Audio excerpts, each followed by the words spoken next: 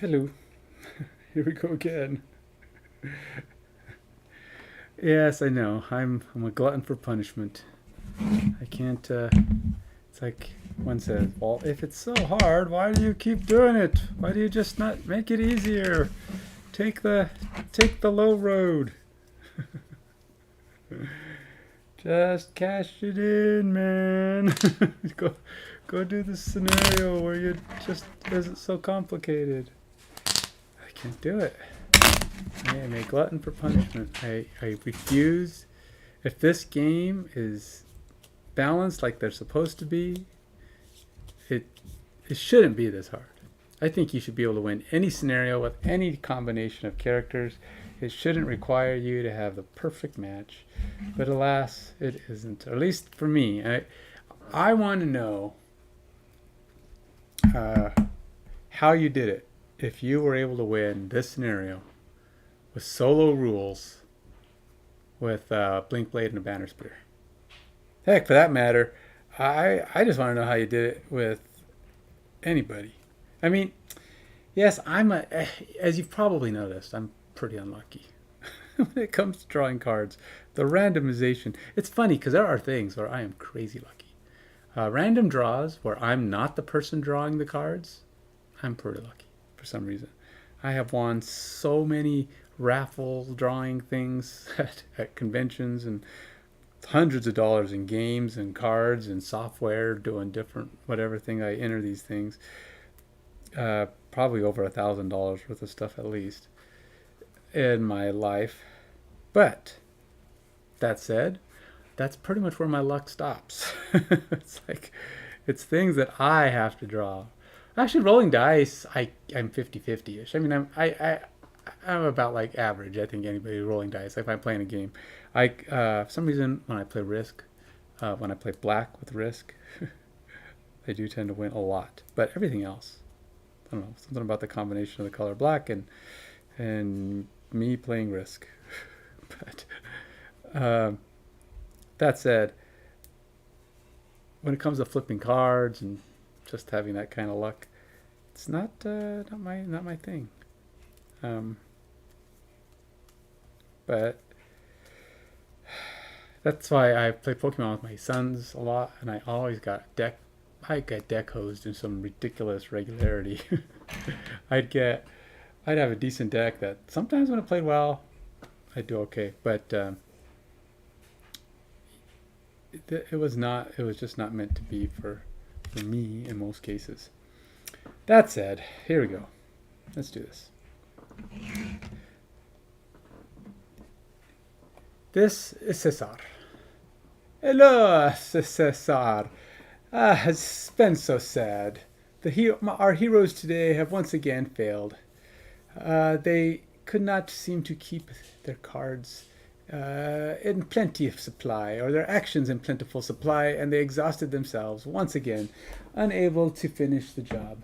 Always within just a few short hairs of finishing and getting through this terror of a scenario. Oh, maybe alas we should go back and get Royce and see how he could fare with a potentially new partner of his own. But this journey is for Royce and Adrian alone, and then at some point they will have to once again journey together. But we will see where we can get on this day with Adrian and her new friend Tenia. Uh, and let's stop and see, shall we watch? Okay, so here we go. Yeah, I've got a plan. Got a plan. I assembled a plan once again to try and get through this. I've already planned out my first move. I updated the decks. I didn't go back to town. I should have, but Tenya doesn't have any supplies to craft anything, and you're allowed to share herbs, but you can't share crafting materials between your characters. So she's going to have to get some crafting materials before we can go back. I mean, before going back to town will be of any use to her, because she can't craft any of the necessary items that she needs some pelts, and she needs some things to be able to build those clothes and items that she needs. So I and I was gonna use my last scenario's equipment and go back to town and all all the rewards, because you're allowed to keep, if you go back to town, you're allowed to keep pretty much everything you went in with. And I forgot. I forgot to do it, and I reset the thing, and I didn't want to guess. So I'm doing it over. It's okay. Let's say I played it wrong anyway. This thing, which I thought was really good, is okay. For the cost of 30, it only comes in once in a while. But yeah, that's just the drawback of what it is. And we'll just have to see when I can go craft some items. Let's go ahead and let's get Adrian. Let's get things going. Now the plan here. Adrian's going to move pretty slow here, or pretty fast. She can come out the gate, get her thing done. Tenia's going to go ahead and move really slow. Really, really, really slow. And she's going to move. I actually kind of planned out both of her first moves. Kind of did both of theirs to some extent, but it's only so much I can do because these robots have a tendency to guess what I'm doing. Don't ask how they do it. They're inanimate objects. Well, if luck has anything to do with it, somebody's watching over them. It's like somebody's playing their cards for them. That's all I got to say. And she's going to do a 53, which is about as fast as I can make her go. Cannons are going to get their shot off. Oh, good. And then they're going to pin. Which probably won't be too bad, because I don't think I actually had a plan. I don't think I actually had a plan for Tenia to move anyway. And Adrian is going to move for 4. So she's going to move 6 for 4. 1, 2, 3, 4. And then she's going to go ahead and just do this simple little basic attack. 2 damage. That's it. 2 damage. Nothing too fancy for the first move. Oh, no damage. Nice. Gotta love it when you get the null on the first turn. See, this is what I'm talking about. This is why I can't win this scenario, because I am terribly, terribly unlucky with these things. I don't get it. I don't understand. Sometimes I get a couple of good shots off, but then all of a sudden everything will go downhill. Like yesterday, I got 2 times 2s, and then promptly got like negative, negative, negative, negative, negative, and nulls, and never saw another times 2. I don't even know I ever got the +2. It just went all downhill. But what can I say? Let's just keep moving. If it's gonna be, it's gonna be. But Adrian totally failed. But part of that move's job was to get her close, or get her moving. Now it doesn't push me away here, so what it's gonna have to do is do this at disadvantage. But there's disadvantage anyway, because my last attack gave me their disadvantage. So all right, so 1 damage, and that'll obviously be nothing. So the other guy here is going to shoot at Tenia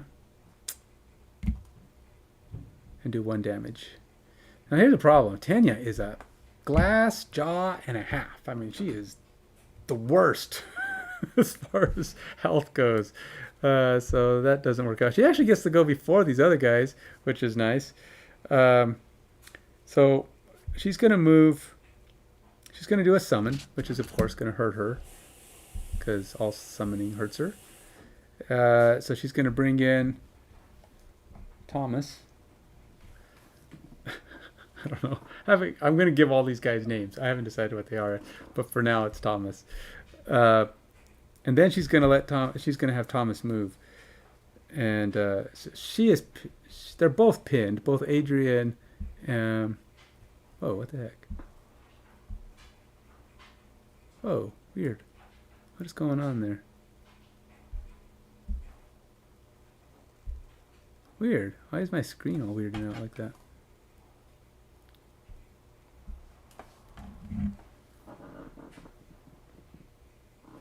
I don't know. Something weird happened there. But she's going to go ahead and summon one shambling skeleton. And then she's going to make him move. She's pinned. Oh, wait, no. This was the plan. She was going to summon him there and then make him move. 1, 2, 3. She's coming over there. Yeah. And she infuses the wind. Just in case. So Tenia's done. And then we got the Ruined Machines are going to move 2. 1, 2, 1, 2.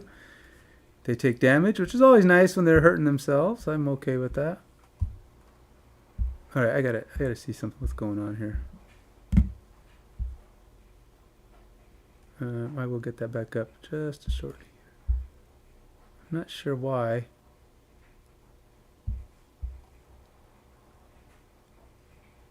They have a lot of reshuffle cards. Alright, so they don't move. The big guys don't move. They're going to sit there and wait for us. Take a range shot of 3. Can't reach anything, so they're done. And that's it. Oh, these 2 cannons, I didn't have them hit anything because they can't. There's no range for them. So we're on to the next round. So far, so good-ish. So far, so good-ish. Oh, Tenia already is done with her pin because she's already had her turn where she got pinned. That was last turn. Adrian will have to deal with hers right now. Okay, so we're going to go ahead and have... My plan for Adrian was something a little bit more hefty, I hope. Kind of, sort of.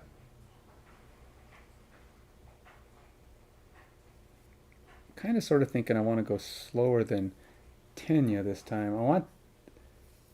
I want to know if there's any chance that we can kill this cannon. And if the skeleton is up to the task of finishing it off, I may... Oh, no, that won't work. Grr. Alright, well,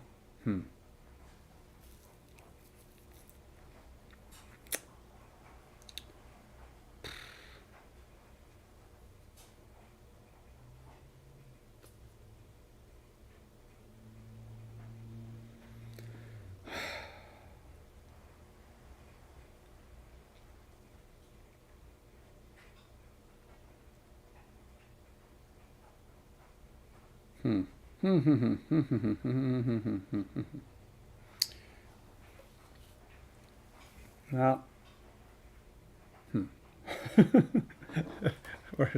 I'm already doubting myself.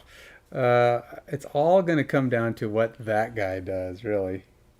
So I can't do that yet.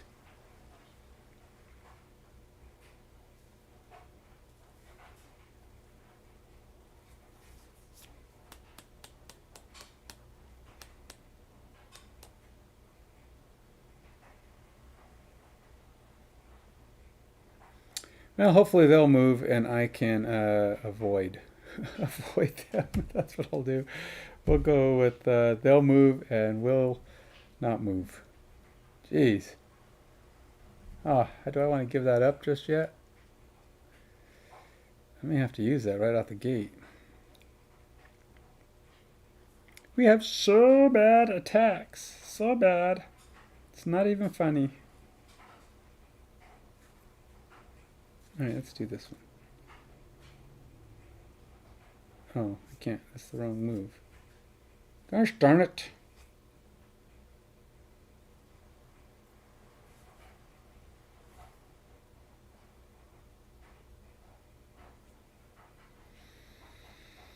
If I'm gonna move, I gotta decide.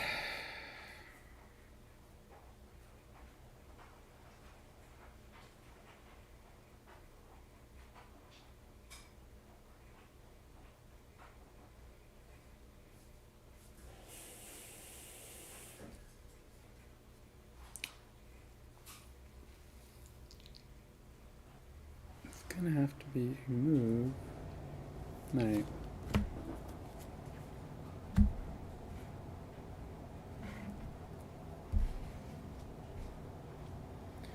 Blach.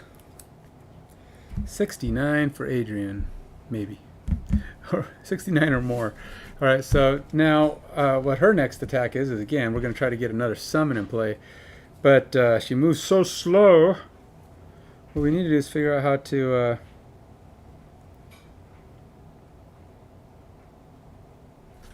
Gosh, they just move terribly slow.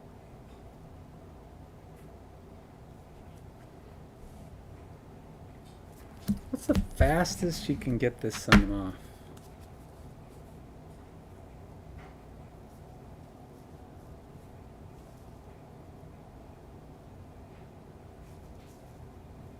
How about 18? Ah, no. She can do an 18, but then she can't.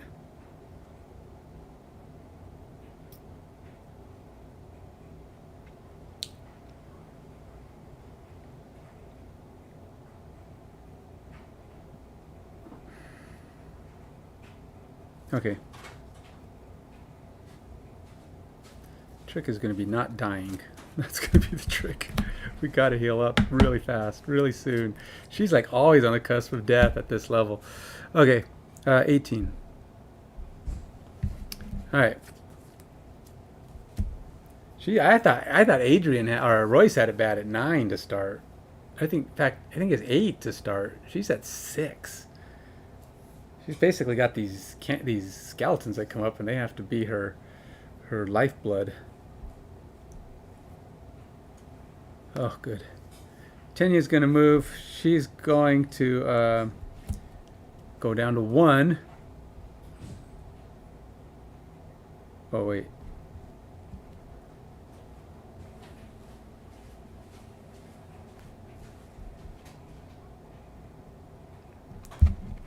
What's the other one?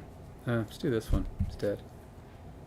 It's still 18 because this is a slow-moving card. So she's just a different summon. It's the same guy, but it's different. just different. So, I didn't even think about it. Do your summons rest? If you take a long rest, do your summons still get to do their thing? I hope so. I mean, why wouldn't they? Why do they rest with you? They're all gonna. Does everybody rest when they rest? I would imagine they get a move. Why wouldn't they? I mean, they're their own. They're their own. They're their own being, right? I did the summon, 2 damage,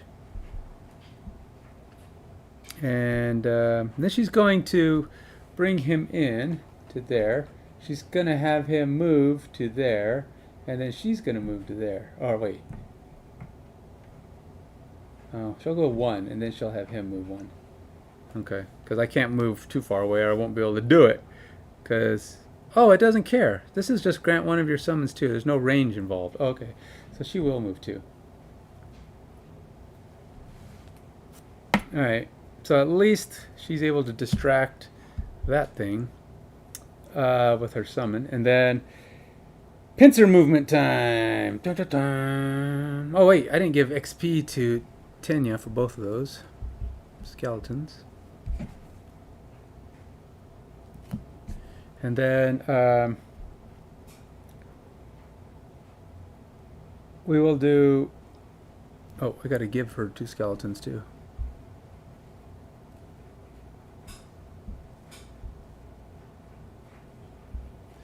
And we'll call it number 1. He must be number 1. He must have been number 1. Where is number 1? Number 1 and number 2. I gotta move these around with them. Okay, Adrian, pincer move. 5 damage. Plus 1, 6 damage. On number 5. 1, 2, 3, 4, 5, 6.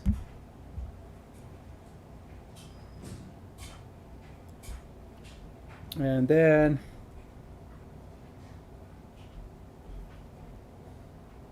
oh wait, her Adrian or Tenia's skeleton needed to attack. He does 2 damage. 3 damage, so we killed, and it was actually since she went first with the 3 damage, my 6 actually finished it off. So That puts one little token on this guy. She needs to kill.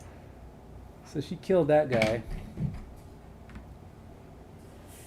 And how does this work? Oh, not great. um,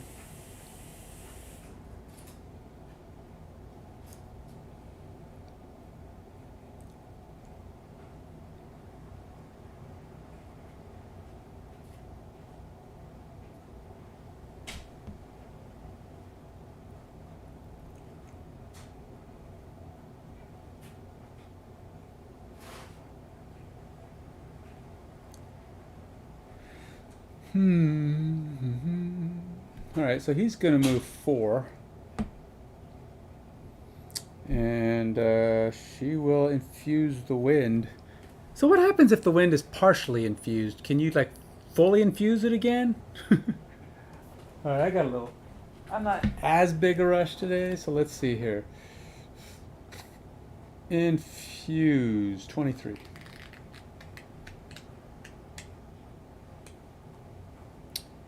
Let's see. Some have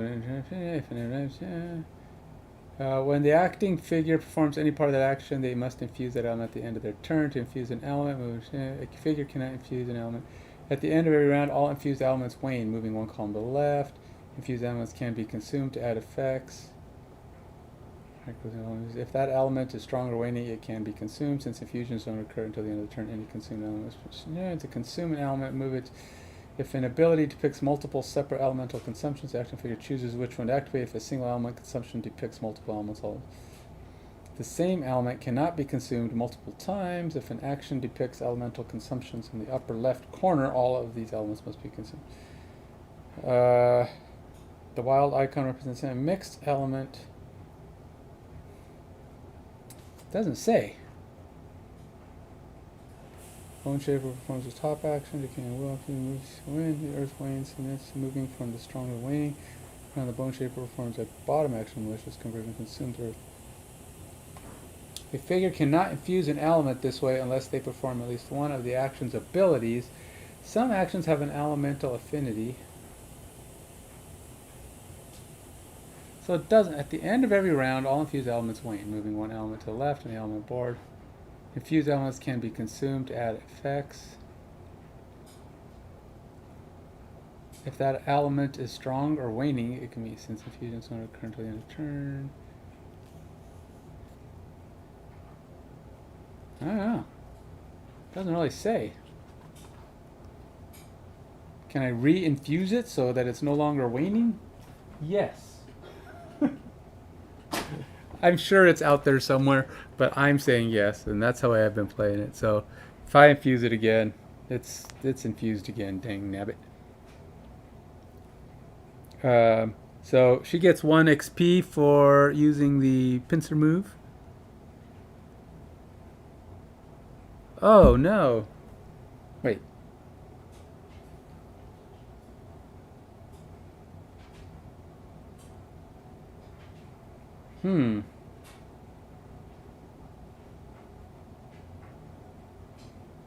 She can't move. I wasted that move because she's pinned. Dang it. I mean, there's nothing I can do. There's literally nothing I can do. So, oops, that's the kind of bad thing that ends games, man, because you can't afford any kind of mistakes like that, and that was a major mistake. Okay, so this guy's going to fire.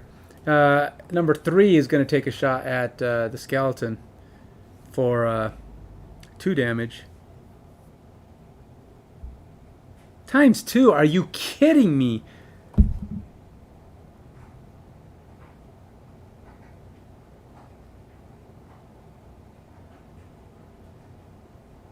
Nope.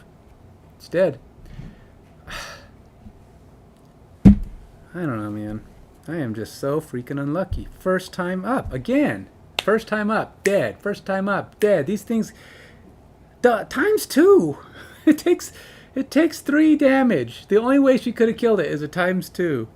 Well, I guess a +1 would have done it too. But I didn't have anything. Oh, you know what? No.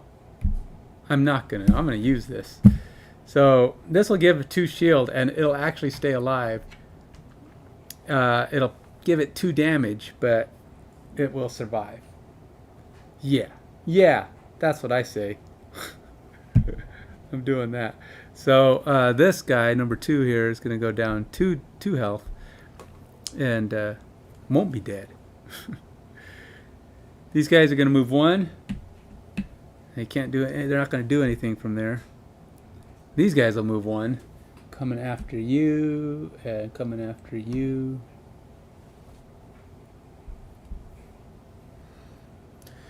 Alright, so now we got to move a lot faster since that last little blunder. Blunder.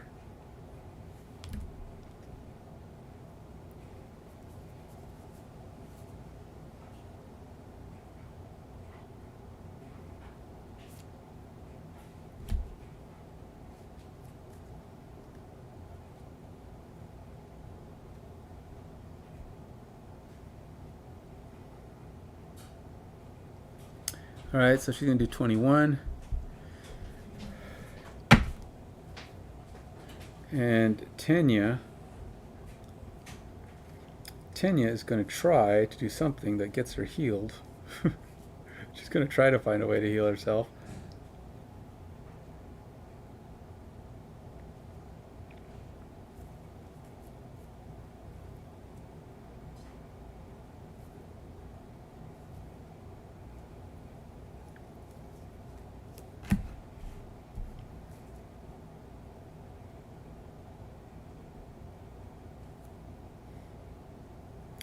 Does she have...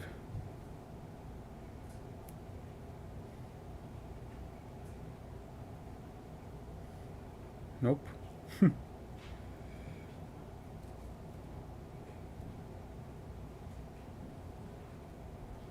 there is an infused wind. I may have to have her try something a little bit more favorable.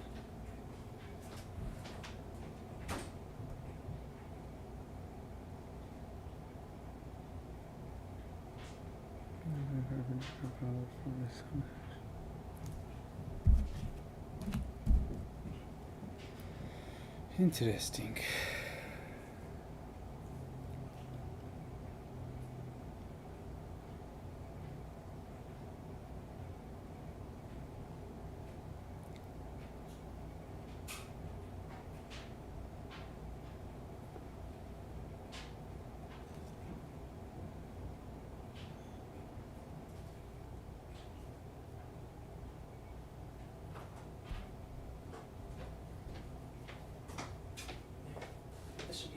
Sleeves, I realized. Oh, just put them there. Thank you.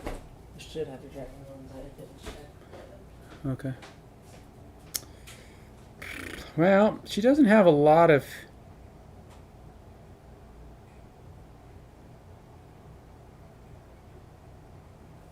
She doesn't have... Gosh dang it, all of her stuff is so slow. Everything. She does not have fast moves.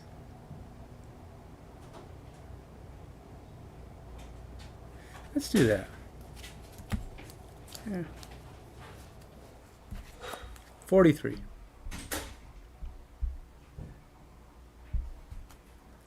And we're off, troops. Oh, they're not. Oh, good. They're not going to do anything. They're just going to stand there and watch. Shield up. Of course, those guys are going to do some significant moves. Adrian's up. Adrian's going to move 4. 1, 2, 3.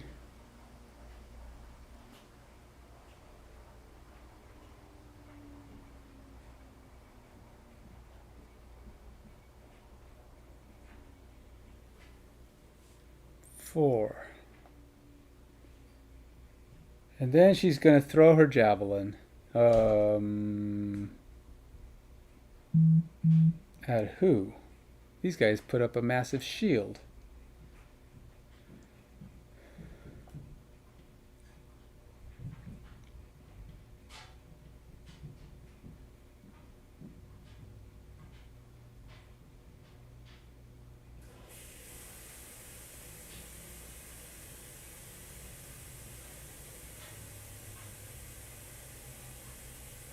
You know what? I'm going to have her drop her trap. Do I need to drop the trap yet, though? Because they put up a big shield. They're not going anywhere.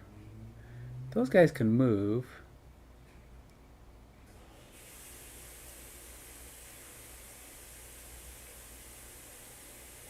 Let's wait. Let's gamble a little bit, shall we? Let's go.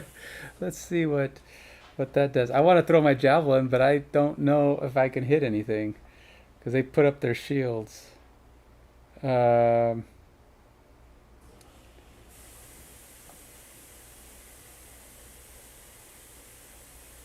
Fine, I will throw the javelin. 3 damage.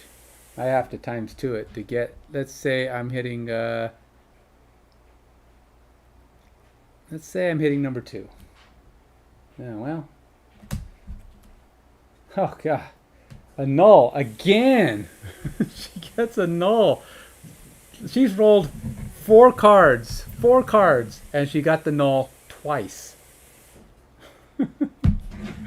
That's 50% of her rolls have been nulls.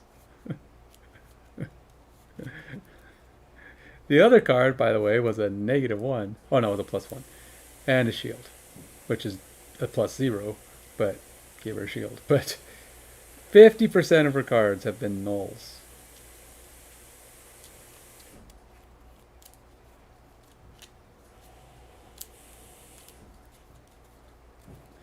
Not a great going, Adrian. Alright, so Adrian's done. Yeah, Adrian's done.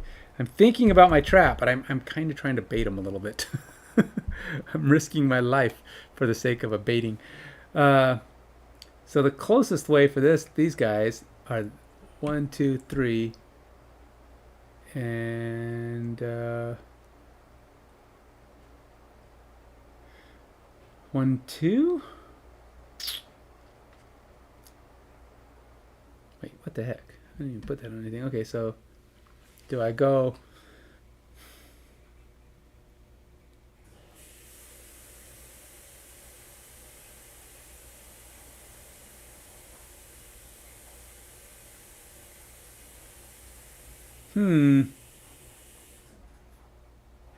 Well, she can get there or there.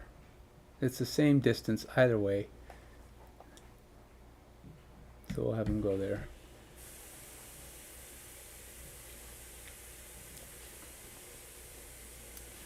Yeah. Grenades for all. Let's see. This guy's gonna fire, push him back 1, and shoot at him, which will probably kill him. But it's 1 damage, +1, 2 damage. She just can't. They just. It's so annoying. All right, well, bought him a half a second of life. I don't know. It's just so hard. They always just roll so good. I don't know. This game, maybe I shouldn't play Frosthaven. Maybe it's just I'm just not lucky. Right? It's like maybe I need to quit and just say, okay, that game's not for me, because I only get the worst possible things every time, and they just pummel you, and it's like I can't catch a break, you know. Okay. Other guys can't reach, so they can't shoot. Tenia will go. She's already lost 1 of her pets. And the other one will attempt to start moving forward. He only gets 2 movement, so he's going to go there.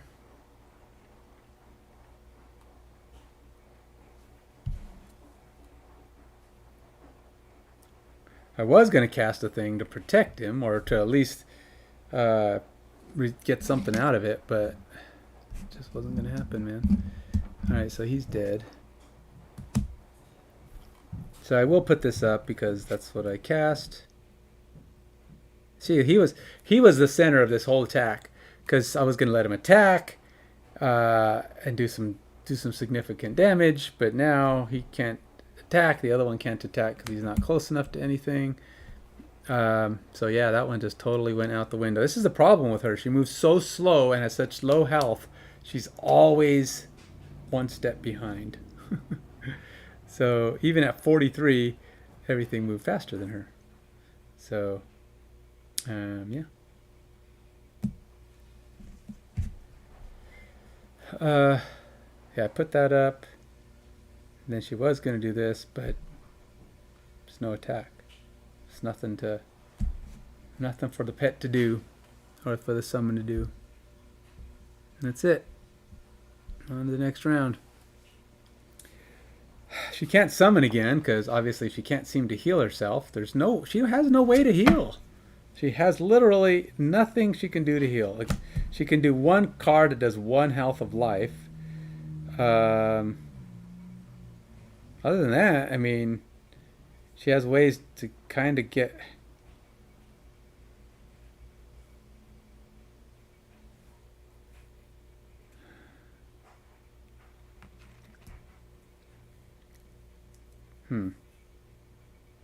One of your.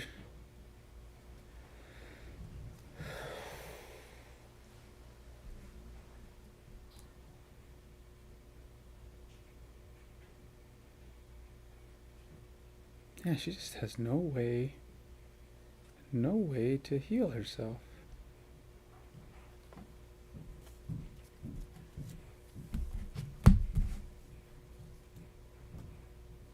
She could rest.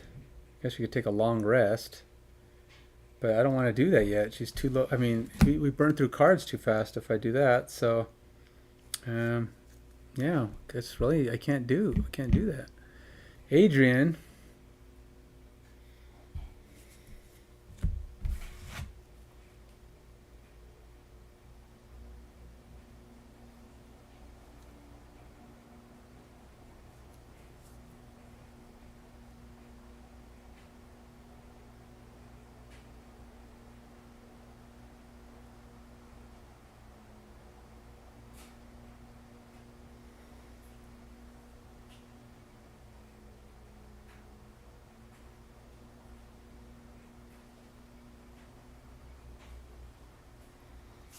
Try that. And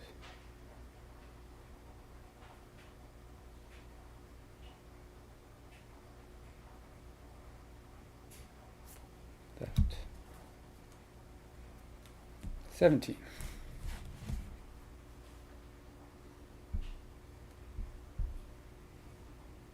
And we're off. All right, Adrian.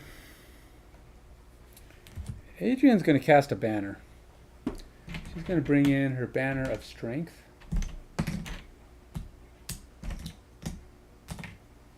Don't know where it is. I'm going to block this way so they don't have a path in here. How much? What are these big guys doing? Oh, they're doing their range attack. Fantastic.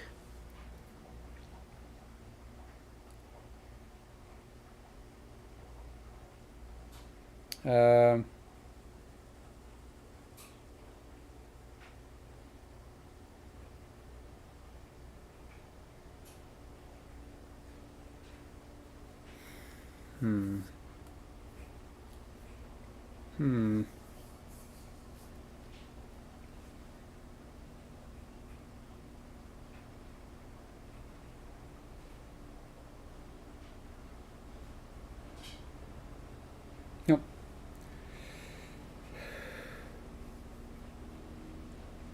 How much damage do they do? 1?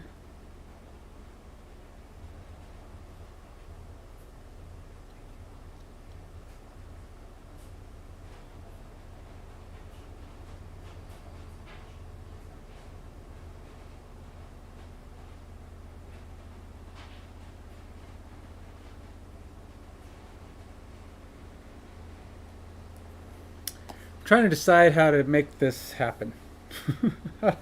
How to advantageously do something here.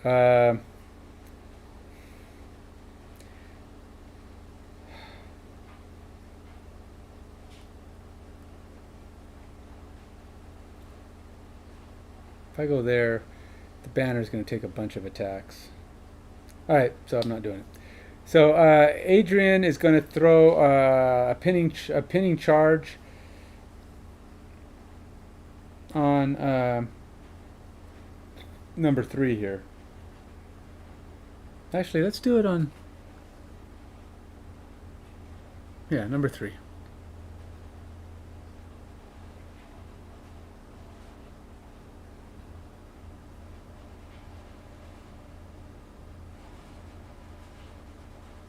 Okay.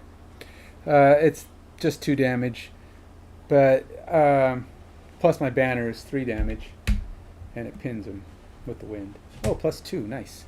All right, so hey, something positive. Good job, Adrian. You actually got a shot off. Number 3, 5 damage. No, wait, 2. Yeah, 3, 5 damage. 1, 2, 3, 4, 5, and it's pinned. And she gets an XP. Wait a minute. Where's Adrian's other XP? I know she's got another XP because she did the 5, which is 1. How come I don't have that on there? I knew she attacked that. No, I don't think she's got any other XP, but that was it.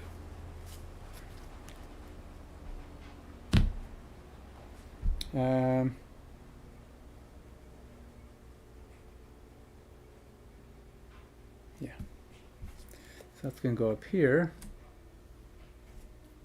Oh yeah, I have a shield going for this round. That'll be helpful. Oh wait, I think that was only for last round. I didn't get attacked last round. I think it was only until the end of the round, so that didn't last. Because she attacked and they shielded up. They didn't do anything. Actually, that should have been shuffled into my deck because I did the null attack. Well,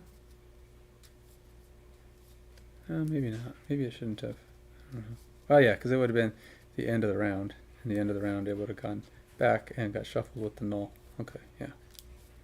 I know. I'm mumbling. Sorry. Don't want to mumble. Mumbling bad. Okay. So, Tenia's up. Her little bot dude is going to move whatever he moves, which is 2. He always attacks, so there's no not attacking for him. that's not a thing. So we're gonna go ahead and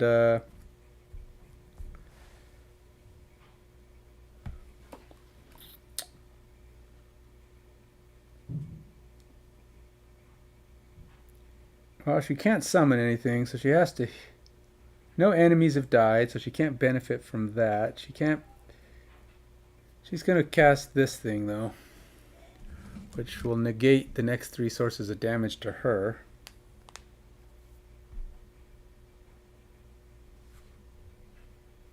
And then I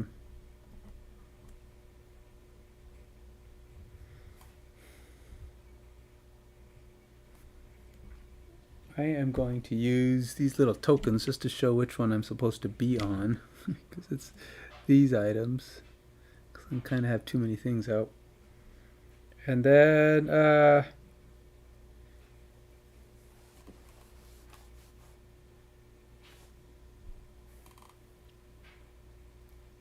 no infusion going. She can heal an ally up to 3 away, but nobody's damaged.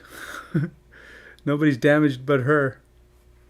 Which, by the way, she has an extra 1 because she's got a robe on. I always forget to put that on. And of course it doesn't work for her. It's 1 ally. So yeah, that's it. I can't attack, can't heal, can't do anything. Okay.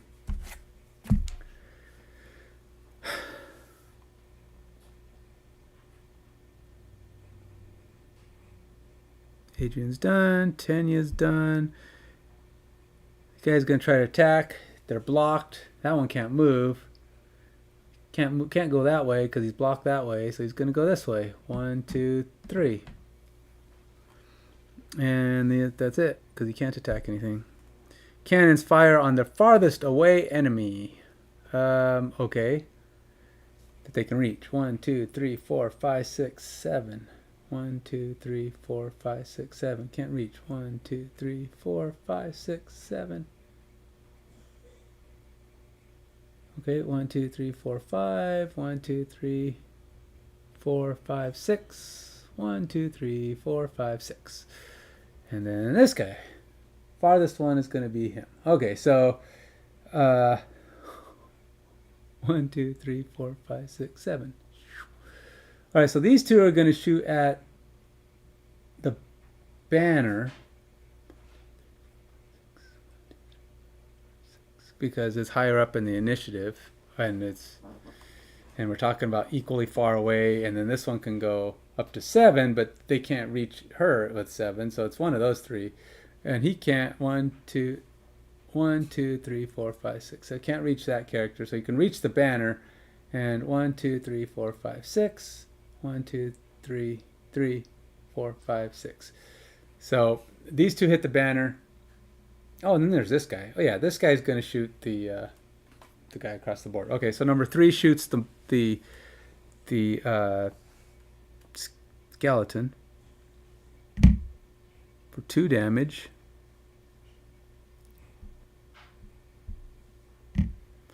And then number 2 shoots the banner for no damage.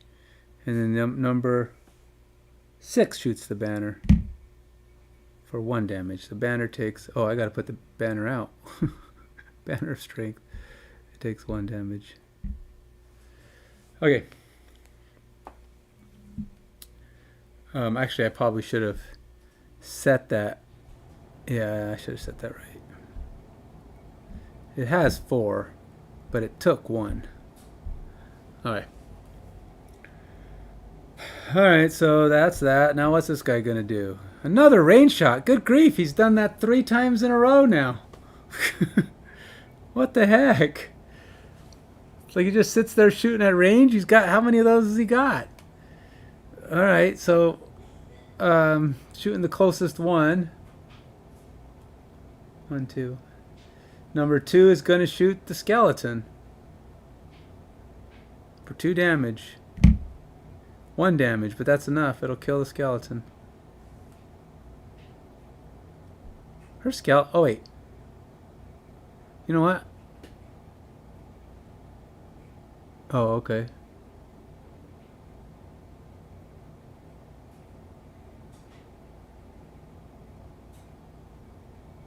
Oh, okay. Nope, don't have anything to save him, but when he dies, the guy takes 2 damage. That goes into the discard pile. So he died. Number 2 takes 2 damage.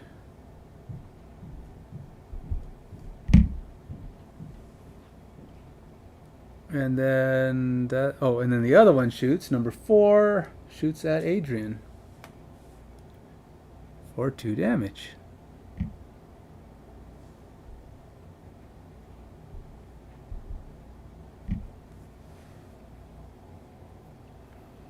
Alright, we are not doing well. We have not made any real progress here. This is going less than perfectly. We've got to figure something out. The skeletons are all dying. The Boneshaper skeletons just don't last. They can't. They're just getting mauled.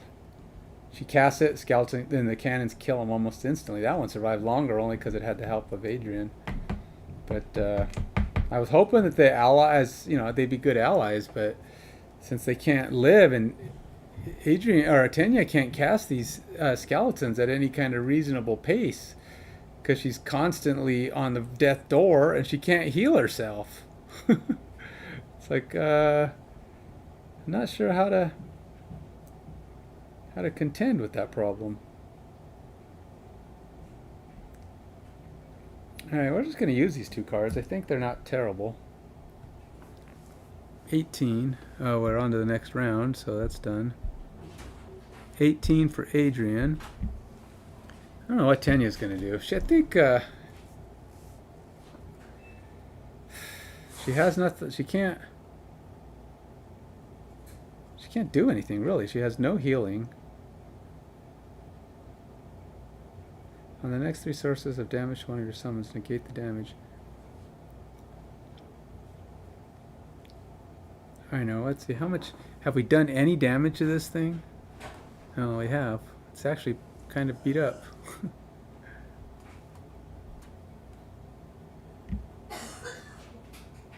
Oh, wait a minute.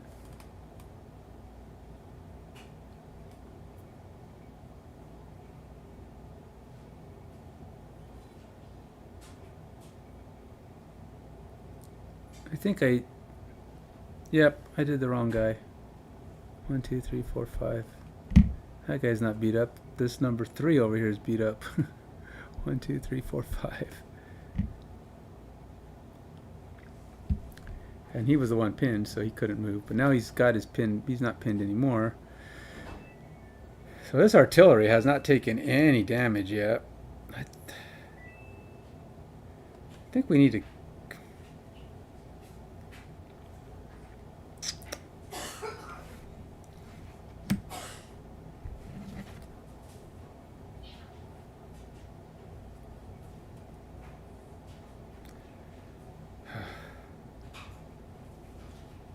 She hasn't taken any damage yet, but she's about to. She's getting beat up. I guess I could try this. Oh, nope, because that was the thing I was going to do. Try to attack with. Of course, it has the one good move on it. I don't know what to do. She can't summon anything. She can't heal herself.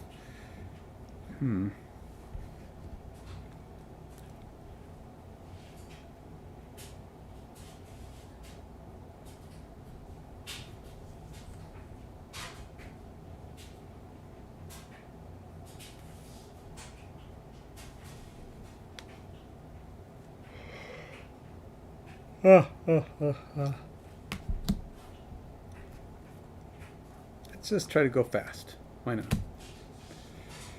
26.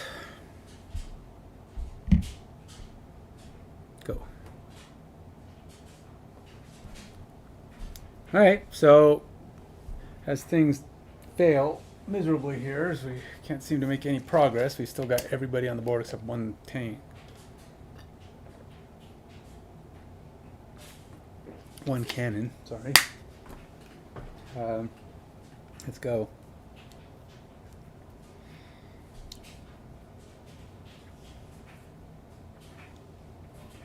She is going to fire with advantage on that guy. But, you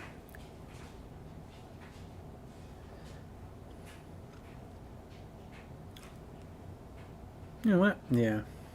I'm going to fire with advantage on that guy and do 2 damage, 3 damage with my banner, plus 1, so 4 damage. That guy is toast. So he killed off one of these. And then we're going to throw up the trap, put it right there. So these guys can't, so that guy can't get to me. And then I am going to infuse the sun.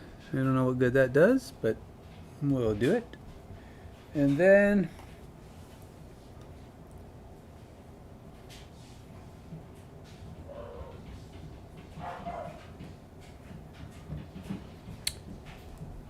I'm going to go 1, 2, and then move my banner with me 2. We're going to go this way. That's where...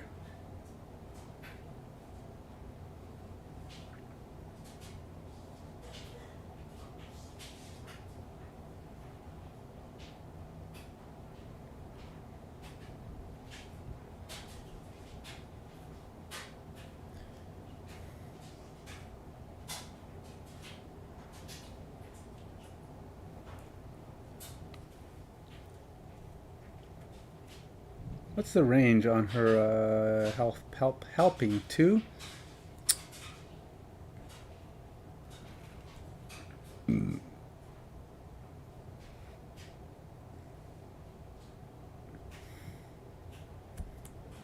No,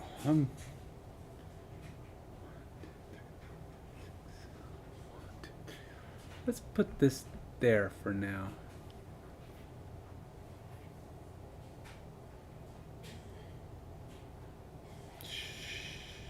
Sure.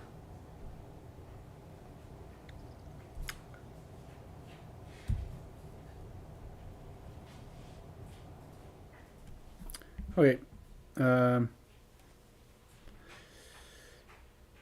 This guy's going to try to get to me. Actually, you know what? I am going to put... No, can't do it. All right. He's going to try to get to me. 1, 2, 3. 1, 2, 3. Can't reach in either case. So they're done. Oh. Actually, I guess Tenia got to go before those guys.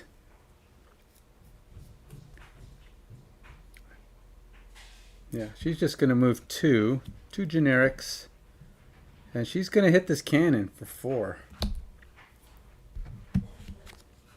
3. 3 on number 3.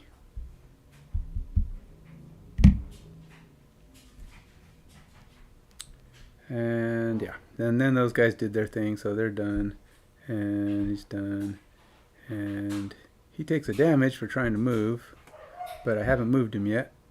He moves 2, so he can get within 1, 2, 3, 4, 5. But if he goes 2 this way, it's 1, 2, 3, 4, 5. Same thing. So you might as well go this way. Okay.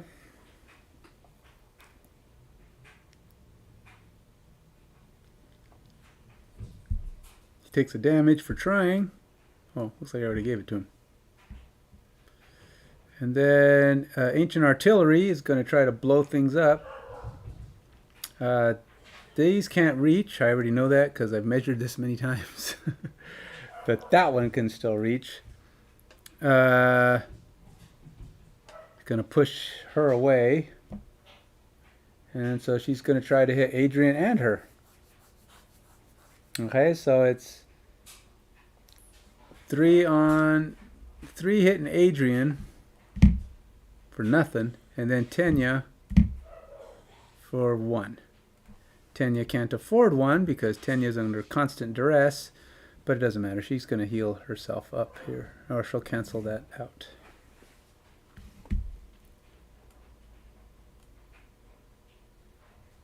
Oh, and then these cards are of course gone.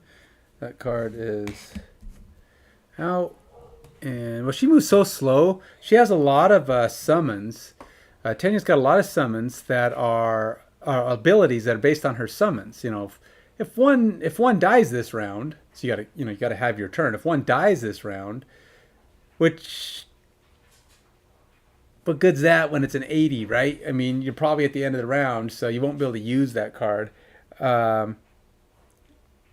Or it says like, if you do this action, do something with your summons. But you're always at the end of the turn, which means your summons are often killed. They're dead before you ever get a chance to use any ability on your summon. Because that's happened to me constantly here. She summons it and it gets killed. She never gets to use it. Even though, because her moves are so slow. I mean, even her fastest moves are like 40, 50, which you have a pretty good shot that these things are going to go before you. So Boneshaper might be a good ally for Adrian, but again, it only really cohesive if she gets to have a turn. She's always late. She's always late to the party, man. So, yeah. So, the card she just used gave her an XP, but it's gone. How much damage has that thing got on it now? 3? And we're going to have to figure out something to... Alright, so Adrian has to rest. Gosh dang it.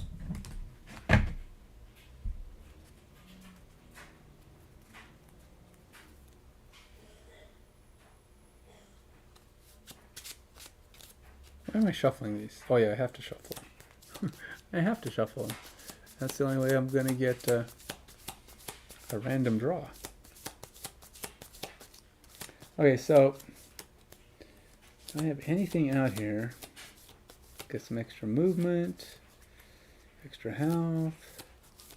I do have to do something. We don't want to get my my banner killed.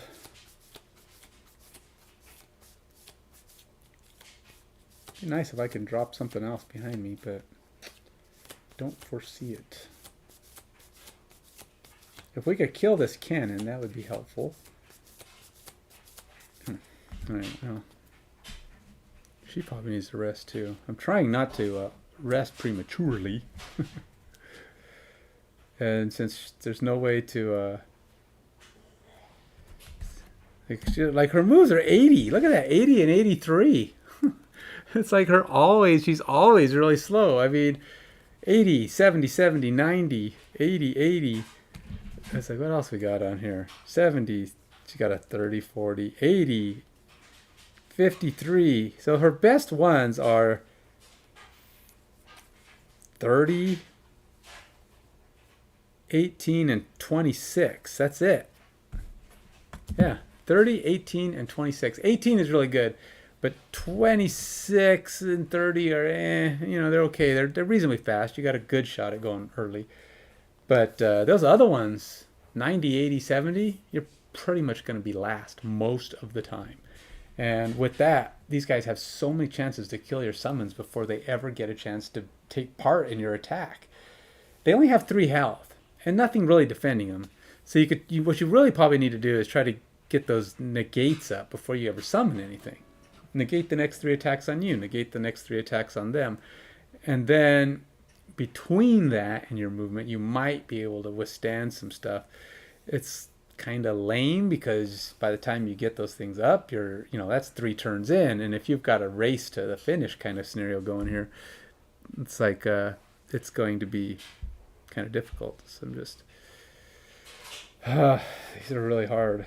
All right, so Adrian, we haven't really done a ton of damage to these big guys because we don't have a ton of damage. So, and without her, she is really weak. I mean, like, terrible.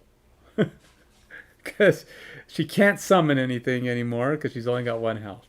She can't, I don't want to burn cards because if I rest too soon, she's gonna, she's gonna die. So, yeah. It's not looking good. I got to figure out how to do some significant damage while... So I'm going to try to do this.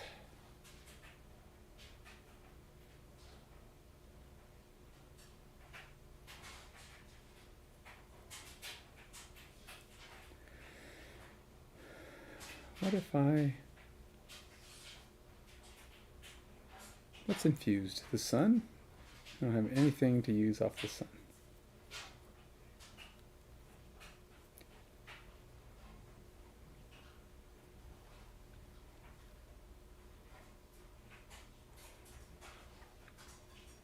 I think I might have to go slow. I think my only real option is to try to let these things come closer so I can try to smack them.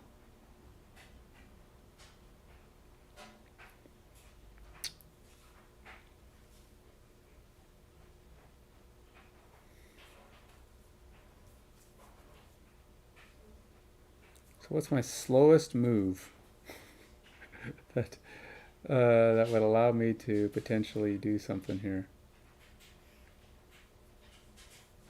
See, Adrian does not have slow moves. That's the problem.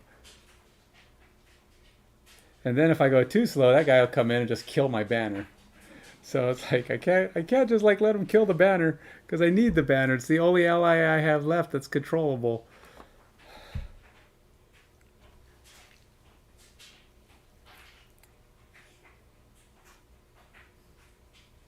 All right, how about this?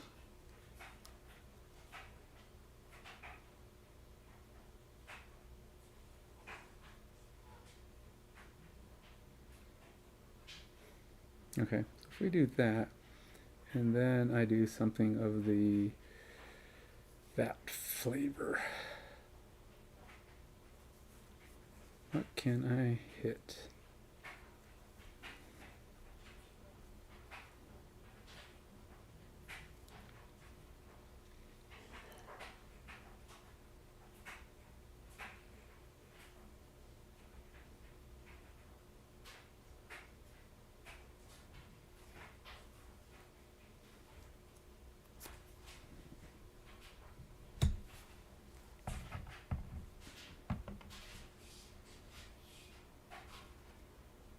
Huh, that might be interesting.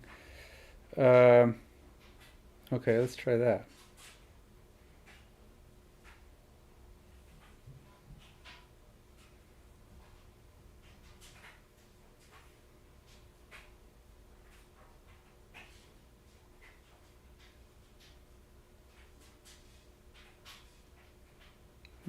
Pull. And then smack. Okay, let's try that.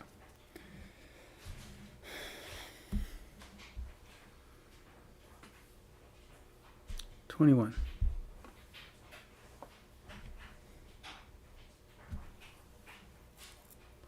And then Tenia, just gonna do same old, same old. I mean, she's gonna move slow, and at least she won't be the first target of the attack, right?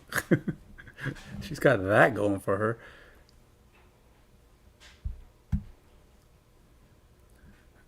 Okay, Adrian. Adrian's gonna move. What's the big guy doing? Oh, good, he's not moving. Nice.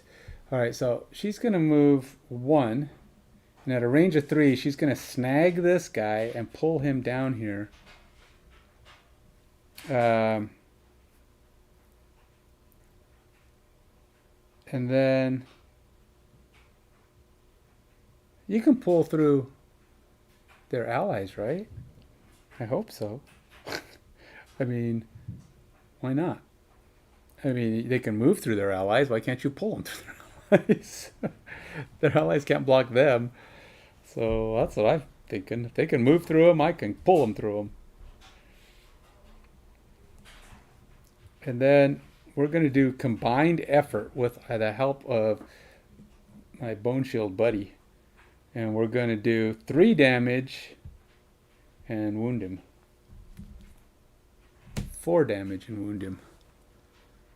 Okay, so he's going to take 4. 1, 2, 3, 4. And she gets an XP for that.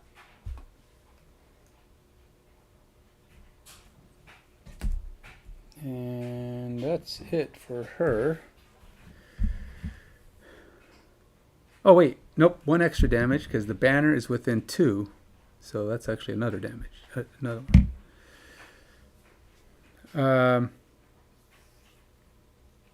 Yeah. And then he's going to try to move. He can't get there, so he's going to try to go the other way. 1, 2. But he takes a damage because he's wounded now. So he'll never get to his destination. Yes, killed him. Now we got to figure out these other big guys while we got 1 or 2 turns to try to do some damage on these things or the cannons before it's too late. Now they're going to do 4 damage from where they are, but they don't move, so they're going to stay there, do nothing. Tenia gets to go. Oh, she doesn't have that anymore. That guy's long dead.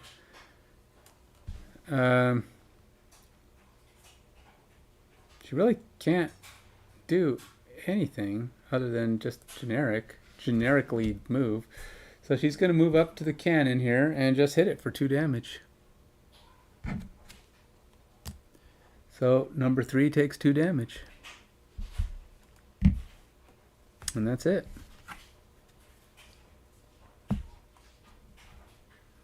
Now the cannon's going to go. It's going to do 3 damage at a range of 5. The only thing he can shoot at is Tenia, but it's disadvantage. So 0 plus 1. She's just going to knock it off. Doesn't take anything because she's canceling out the attacks, but she's running out of those. She's got to heal before this gets out of hand. She is going to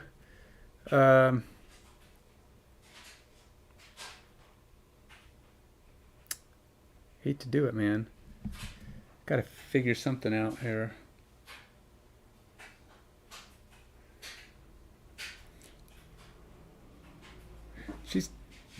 She's gonna take a full rest.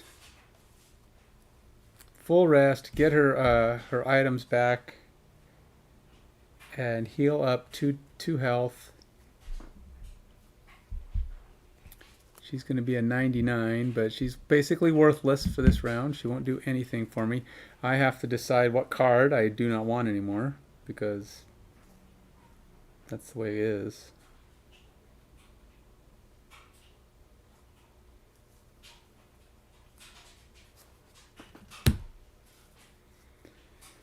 And then Adrian has to decide how to protect the banner from death and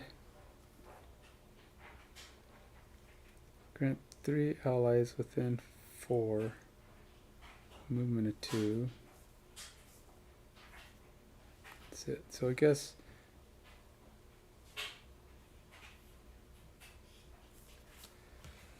she'll do that. And then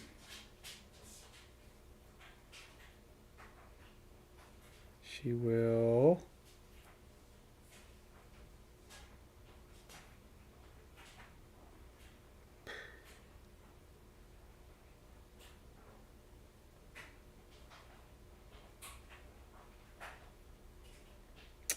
man, she just does not have enough things that move allies.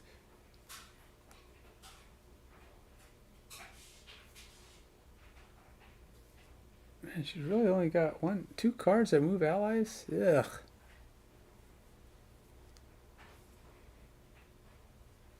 Whatever. Okay.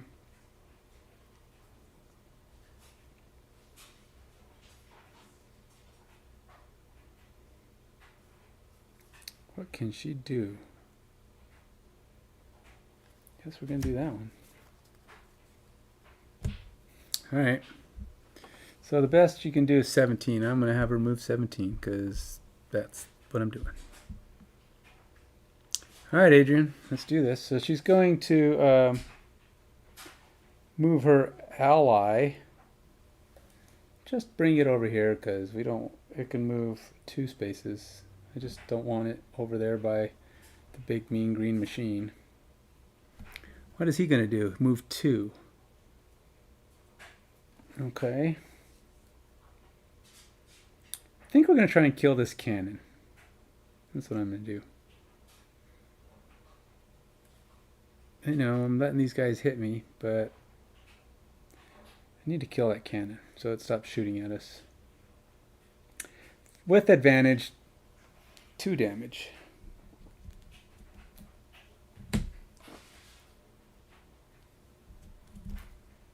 Nope, that's it. Oh wait, 3 damage because I have my banner. 3 damage on this guy, and that'll kill him. Oh, good. Alright. And we moved, and we attacked, and we infused the sun. Alright. Yeah, that guy's dead, so at least we don't have to deal with that thing anymore.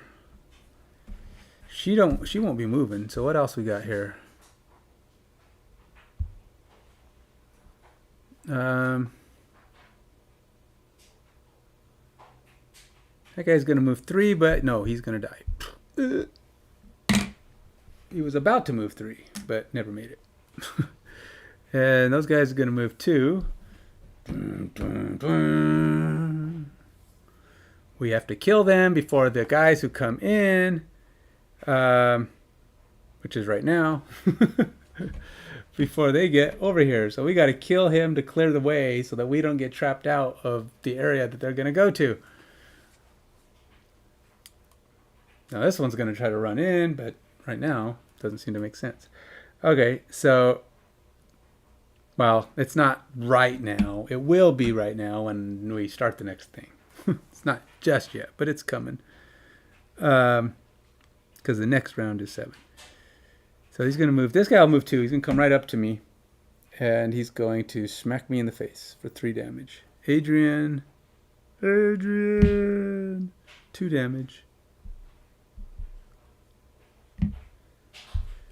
Ancient artillery, gonna take his shot. None of them can reach. There is no reach for you guys. 1, 2, 3, 4, 5. Nope. Okay, so oh the my, there seems to be so much of a rubble and robot stuff everywhere, but our heroes are faring okay. But we'll see if that ends up being anything better than it currently appears. I'm not totally sure how they're going to deal with those big bots in the middle. It seems to always be their demise, especially now that it appears 2 more of those ruined machines are coming back in to attack our heroes. What will they do? Let's watch. Okay, so we'll go on to the next thing here. Adrian. We got to put in 2 more guys. What we got to do. Number 4 and number 8. And yeah, we got to do some significant damage to these turtlets. Hey, how did I lose tip of the spear?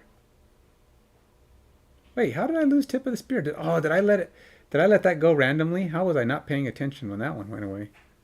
That should have been something totally not that one. that was critical miss on my part. I'll tell you right there.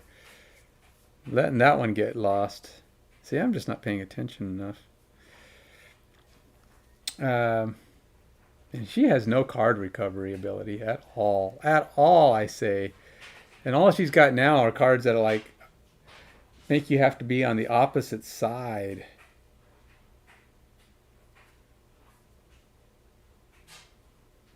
So there's like literally nothing in my hand that can damage these guys at all. Ah, oh, I'm so hosed.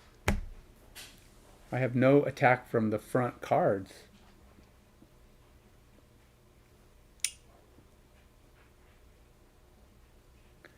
We need a ×2 is what we need. We need like 3 ×2s. And I don't even have... Do I have anything that even wounds?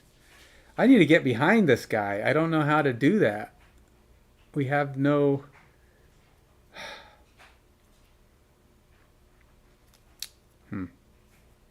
I guess I'm just doing standard attacks at this point. Or, no, maybe not totally. But I'll do this one. 15. Well, no, let's do 6. Why not? Because I have 6 in my hand.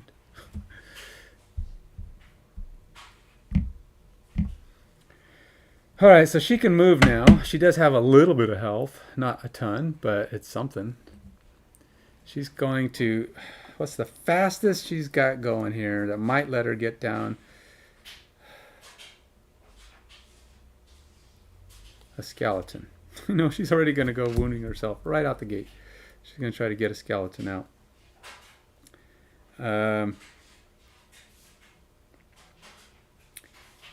Unfortunately, oh, that guy's long dead. She gets another skeleton, and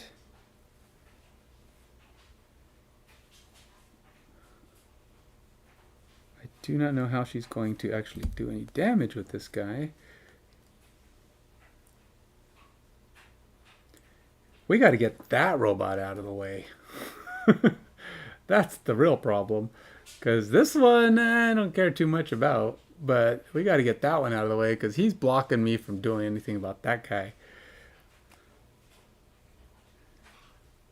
And do I even have a... I don't. I just really... this is just not going to work. I don't... See, okay, there's a number of problems with this scenario. 1, you have to get everywhere. 2, I mean, for the banner spear. She's got a lot of areas where it require maneuvering to get behind people or, you know, get these special setups for damage. And with the bookshelves here, that she can't move around the bookshelves, she's unable to position herself in any of these things. She has extra movement from a pair of boots, but she can't actually... There's nowhere to navigate here. The bookshelves are blocking her, and she has no resource for actually getting around. So she can't get behind the bad guys. And by not being able to get behind the bad guys, she's pretty much hosed. That's all it comes down to. She's pretty much hosed. There are supposedly some slippers or something you can get, winged boots or something like that, that'll let you have navigation, which would at least help her get into position a lot more often. But right now, she has not that item.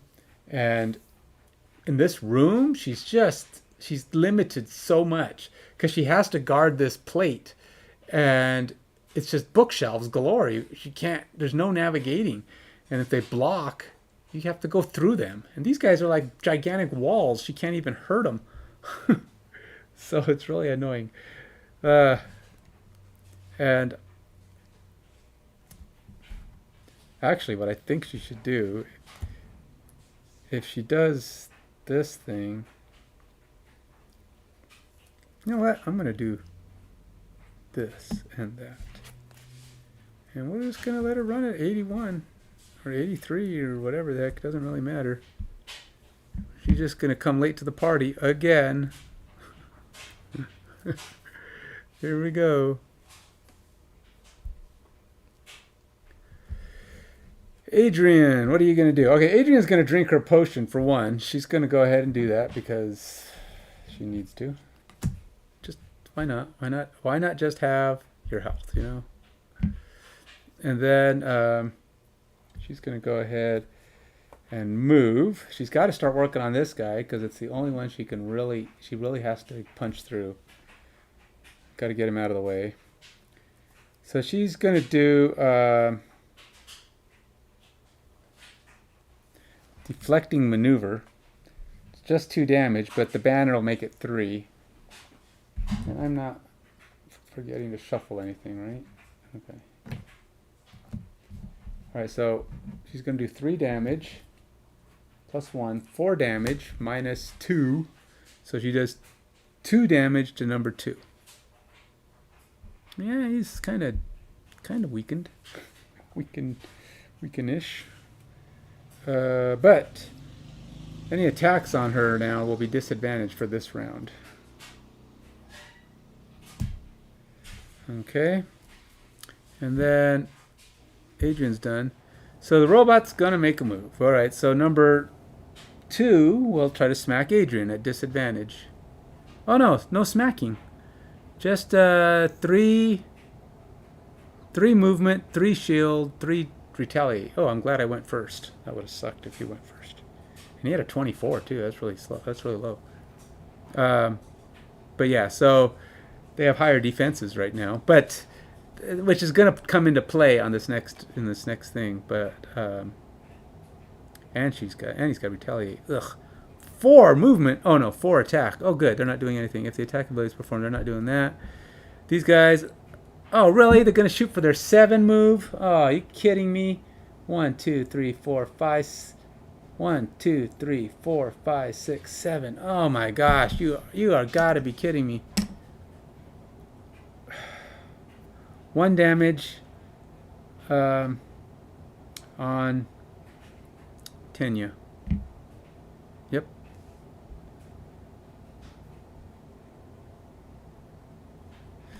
Well, she has to do this. She gets an XP for it, but that's the end of her defenses.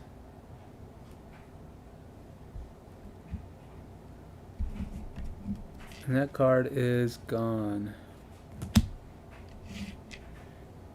And then 1, 2, 3, 4, 5, 6, 7. All right, hitting Adrian for 7, or for 1. 2 damage.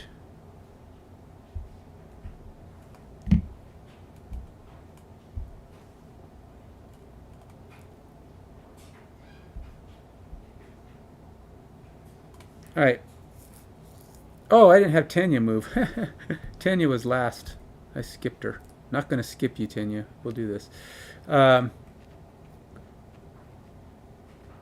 she's going to go ahead and do 2 damage to herself. 1, 2. She's going to summon her skeleton.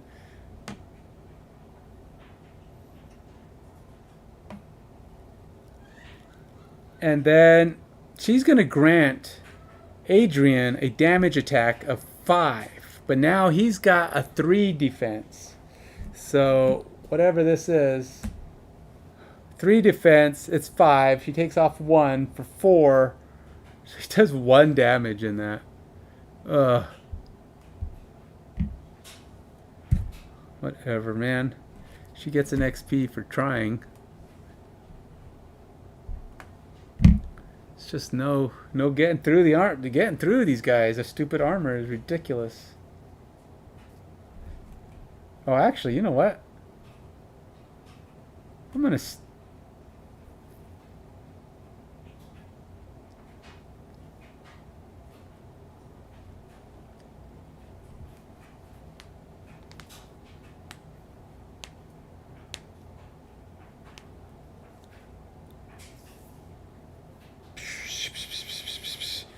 I am going to.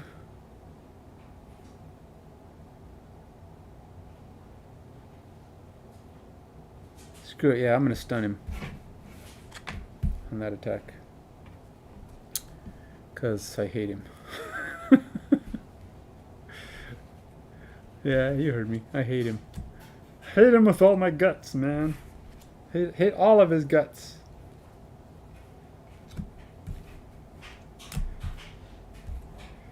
None of her stuff is recoverable except her move item.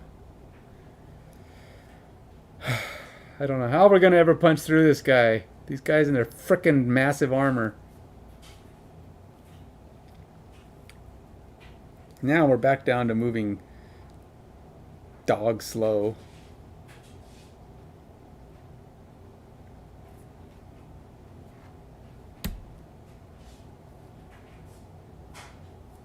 What's the best?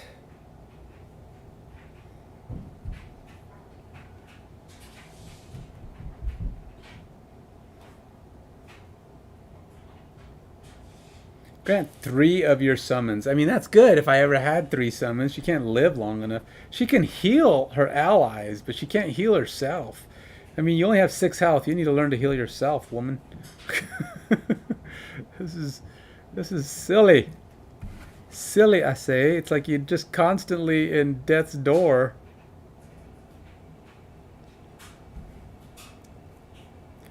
She doesn't have, like... He only does, what, 2 damage? Alright, so Tenia's going to do a 30 this time, which isn't the worst. But it's certainly not her best. Oh, and now we're back down to 2 mediocre, if nothing else, attacks. Does she have anything at all in these other than just basic attacks? She's really just got basic attacks. Kind of use her javelin. She can't get in a position to even form. She's got 1 formation attack that she can do from the front. And...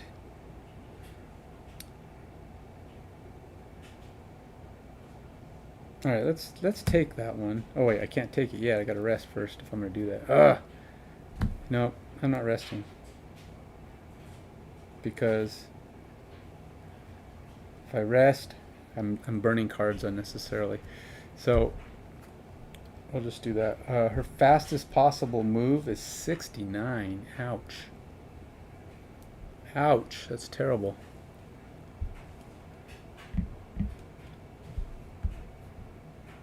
Oh good, those 2 guys are doing nothing. They're shielding up though. They're gonna have a 4 shield.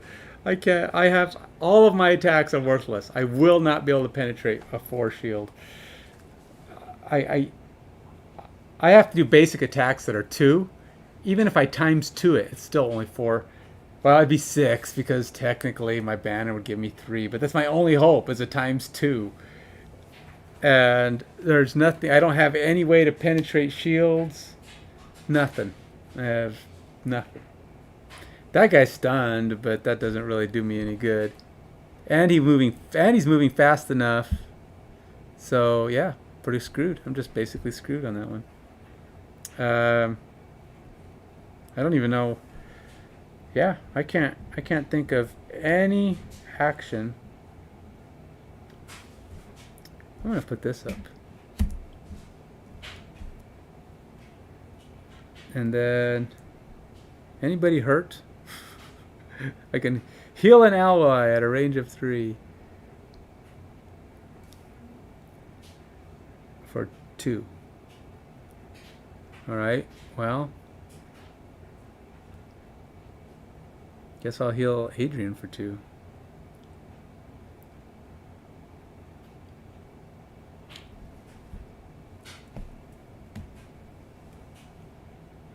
That was total crap.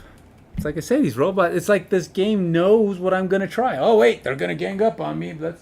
Let's put up our shields. The robots just like always know what I'm doing.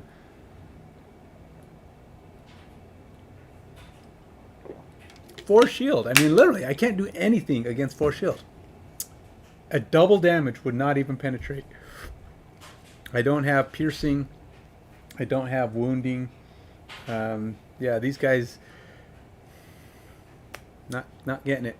And this area is just not maneuverable. I can't get in position to get behind them even to do my big attacks. I'm just totally screwed. Alright, so that's Tenia. Adrian, what are you going to do? Standard attack against a 4 defense. Terrible. Alright, so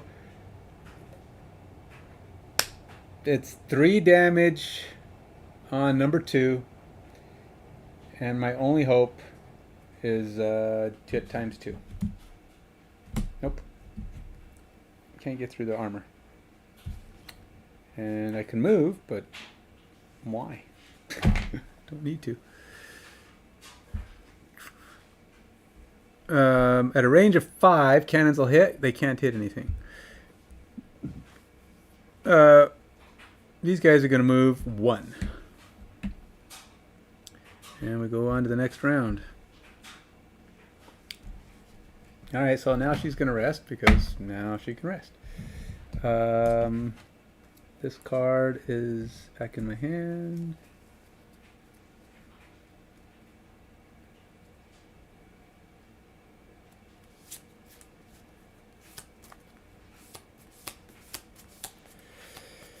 I don't know what to do. So can I take 1 damage and put that one back in my hand? Because I should have done that last time, and I'll get rid of 2 of these.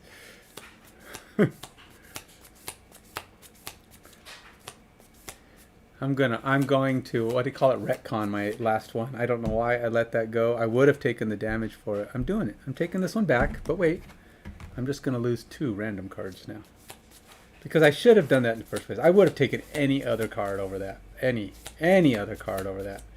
Because that one was like the only card I have for doing big damage from the front. Now this is back to my normal. Oh, see, that one sucks too. But I would not have. But well, that's my range attack with advantage. Now this one I can take damage for if I want to keep it. Yeah, I'll never get that one off. That's a nice attack though. Big 7-point attack, but I can't get behind these guys, so I might as well just let it go. So it's not like I can afford to lose the cards.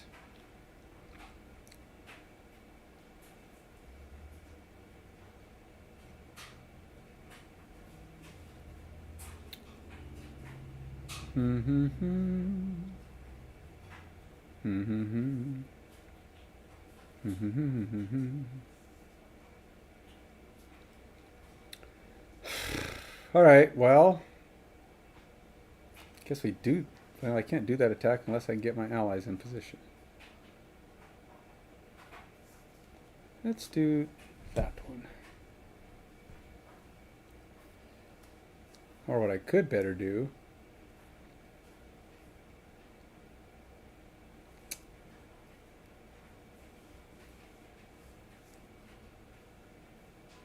No, I gotta kill this guy. He's in the way. He's the one preventing me from... He's the one preventing me from being able to protect that spot.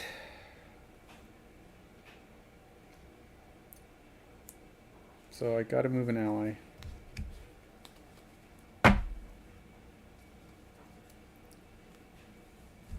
So we're gonna go 15. And then we're going to go ahead. This is like a puzzle. I mean, I'm serious. This should not be this hard. This is not the way adventuring goes. I don't care who you are. This is not how adventuring goes. Um,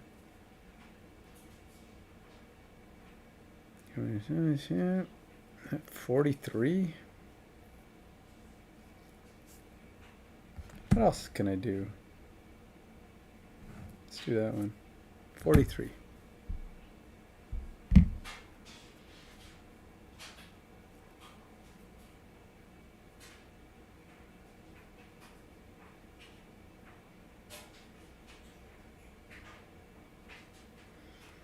Man, why does she take damage on everything and they don't give her any way to heal herself? It's just stupid. Everything takes 2 damage, take 2 damage, take 2 damage, and it's like she's got like 8 cards that take 2 damage, and she's got 1 card that'll heal her for 1, and if you happen to have extra summons out, you can take more back. But it's like your summons get killed, like they're basically cannon fodder. And then on top of it, it's like all of her healing ability is for other people. Now, I can see if you've got a board full of summons, maybe, and you can... but they have to be close. So I don't know. I don't know how that's supposed to work. It's kind of crazy, man. I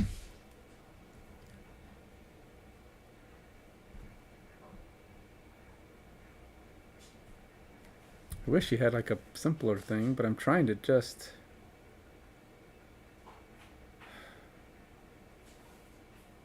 could just do that. Let's do that and that. 18. 18 for Tenia. We're going to do 18 instead. Alright, so Adrian's up. Adrian's going to move 2 allies. She's going to move this ally there. And then...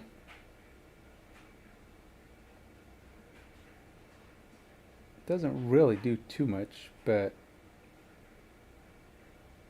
ooh, she's going to attack this number 2 here for 3 damage. Oh, yeah. Oh, it's killing me, man. It's just killing me, all these negatives. No damage. Can't get through her armor. Get through his armor. -1, 0, -1, +1, -1, 0.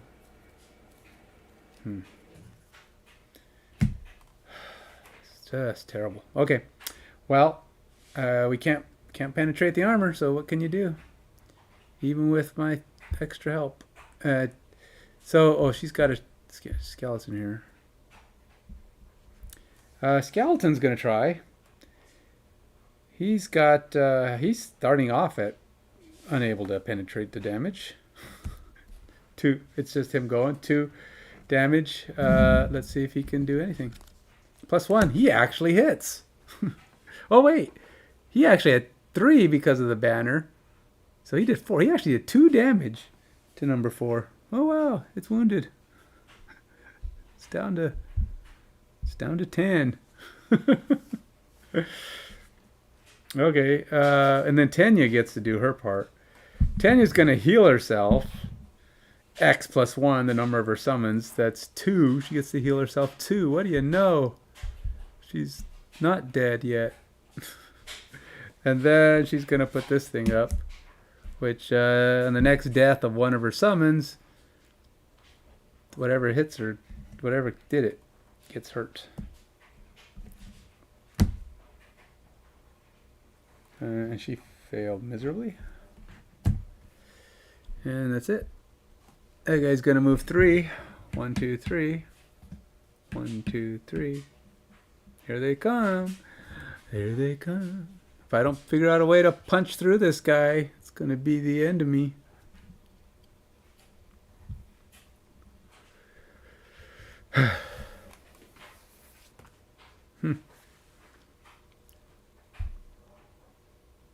Range of 5, they can't hit anything because nobody is that close to them. And these guys will do damage of 4. Yes! They're going to just crush right now. They're just going to wreck us. And there's nothing I can do about it. Have I done anything to them to stun them, Pen? Nope. Nope, not in recent memory. Yeah. Alright, well. Number 4, Clobber. Alright, number 4 is going to clobber the skeleton. 4 damage. But wait, there's less. On the next 3 sources of damage to one of your summons, negate the damage. Plink. So, Tenia gets an XP. And now it's Adrian's turn. +2. Are you kidding me? Urgh. It's like when she attacks, it's negatives and nulls. When they attack, it's +2 and ×2. Well, ×2 doesn't hurt as much, but actually it's worth less than 2. So, frickin' A6. So I guess she's losing a card because she's not giving up 6. She's not giving up 6. Alright. That's that.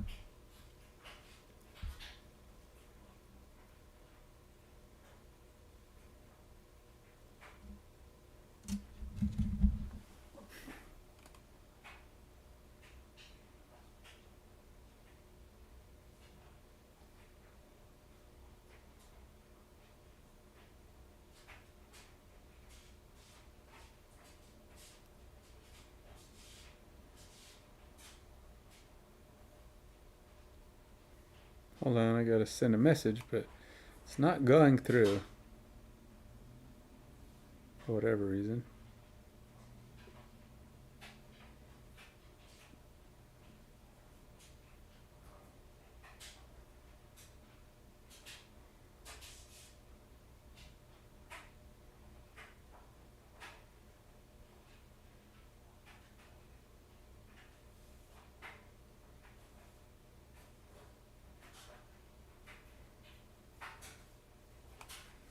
All right, back to task. Okay, Alexa, turn on Duo. Let's get some light in this. Let's get some light on the subject, shall we? Yeah, we're on to the next round. Trying desperately to punch through this guy before that guy gets here and just runs in right behind him. I have no idea how to punch through this guy.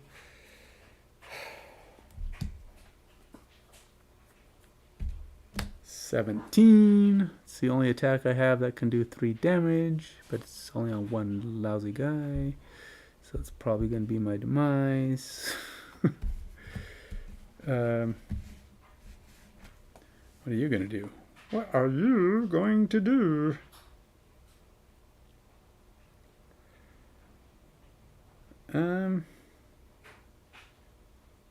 Well, we'll do these. One of these. 43. They'll work. I have a couple options there. Let's see what the world puts before us. What are you doing? 2 movement. All right, Adrian. Oh, look, he's putting up his shields again. Luckily, Adrian gets to fire first. We're going to do tip of the spear. Now, this one pierces armor. So it's... And we got the help of the little skeleton dude behind us. So it's 4 damage. Piercing armor. Right, 3 plus the banner is 4. So it's, yeah, just straight up 4 damage. It's all I got, but it's better than nothing. Considering these guys are huge, and I bet still leaves them with way too much life. I've got to figure out the rest of his death. I don't know how that's going to happen. I did get an XP for that. And, yeah. I can grant allies movement. Where do you want to move, allies? There really isn't anywhere to go, is there? Yeah. Kind of stuck. We're just going to sit here and take our lumps. Toe-to-toe with these gigantic machines, and it's not going in our favor.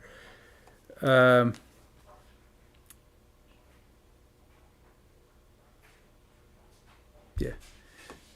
Range, can't hit. Move 3, shield 3, retaliate 2. But, so they're not going to attack. I guess that's a good thing. But they increase their shielding up, and they have retaliate. She does have attacks that make it so that her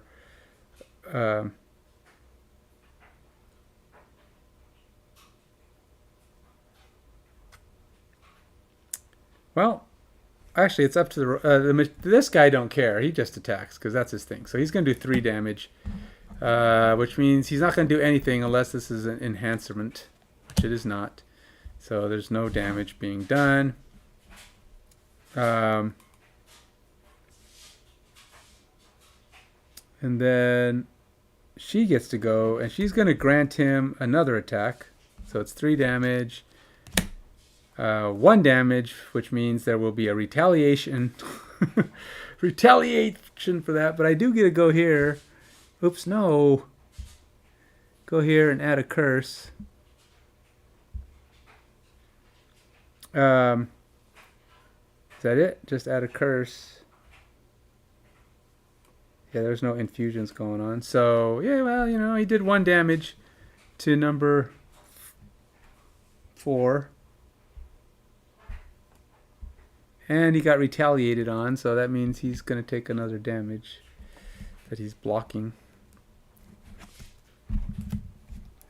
We are really low on cards again. Told you this game is brutal on cards. Or this scenario. Tenia's up. Wait a minute. Oh, I did. I just attacked. Tenia did her thing. That's it. Now these guys get a move too.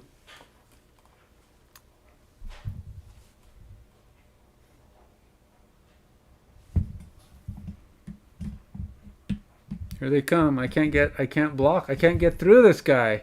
He is literally blocking the way. I have no way to get to there.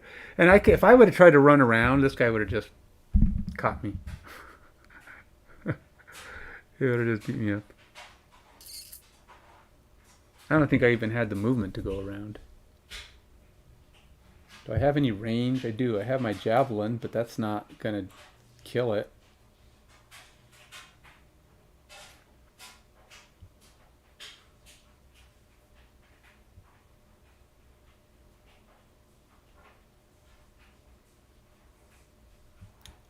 I think this trap does how much damage? 2? 3.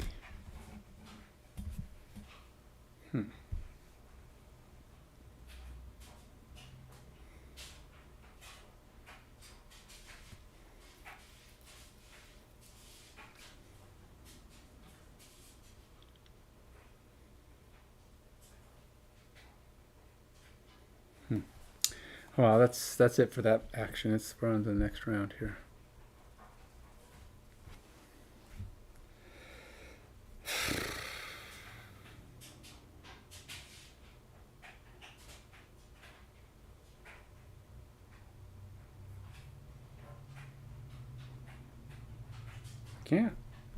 Can't get through. Troops, I think I lost again. I can't get around this guy. I have no way to... I can't kill him. He's got 3 more health. Means about 4 more attacks. Because I do 1 attack, 1 attack, 1 damage. And I'll probably miss at least once. It's like 4 more attacks because I can only do 2 at a time. So 2 with my banner is 3 damage. If I hit him 3 times in a row, he dies. Hey, TDL, how you doing? I can't kill this guy. I have no means to kill him. I do 3 damage. He gets 2 shields. He often shields up, which means he increases his shields even higher. And then if he's not doing that, he's bashing me. Even with my banner boosting me up, I just can't kill it. I need to get it out of my way. I don't have a way to do it. I think ultimately I need to try someone else. This banner spear in a 2-character battle is just pointless. I mean, you just can't do it here. He has no, or she has no power. And all of her attacks are just ridiculously hard to put together. I don't know. I mean, you have to get behind them. You have to have one guy in front, one guy behind. It's like, how am I going to do that? Don't know.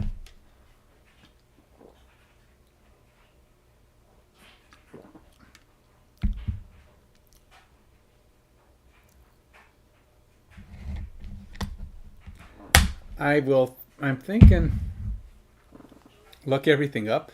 Or are you still thinking about those tags? I don't care about the tags. I don't even pay attention to Twitch that often. I mean, I don't have that many people watching on Twitch. I'm gaining a lot more followers on YouTube right now. I've gained like, in the time I've gained like 3 followers on Twitch. I've gained like 20 on YouTube. So it's like, I don't know what good it does.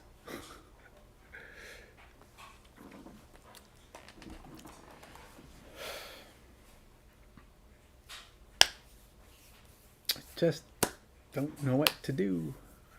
Even if I crit hit, 3 times 2 is 6. Well, that would kill him, but I still wouldn't get through these guys. I still have to figure out a way to hit these guys, even if I manage to. Let's see, 3 damage. How big are these guys? They're 9. I don't even think they've taken a damage yet. Nope. So they come in. They're 9. 3, 6. Well, I don't know how this is going to work. It's probably not going to work. But if they move 3 or 2, I'm dead. But I'm going to do this. 21. Let's go see. Tenia, she needs to rest.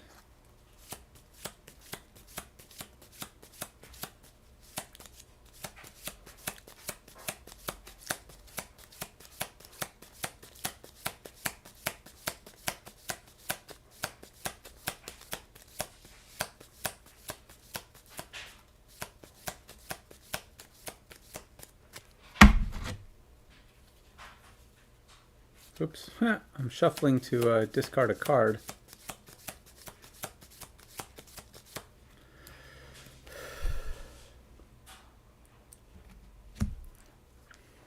She's got about 2 turns left. We're not making any progress. This is not going well. I am losing for the 11th time. I tell you, I can't. There's so many problems with this. I'm going to switch on the next time. I'm not even going to bring Adrian with. I'm not going to try the Boneshaper.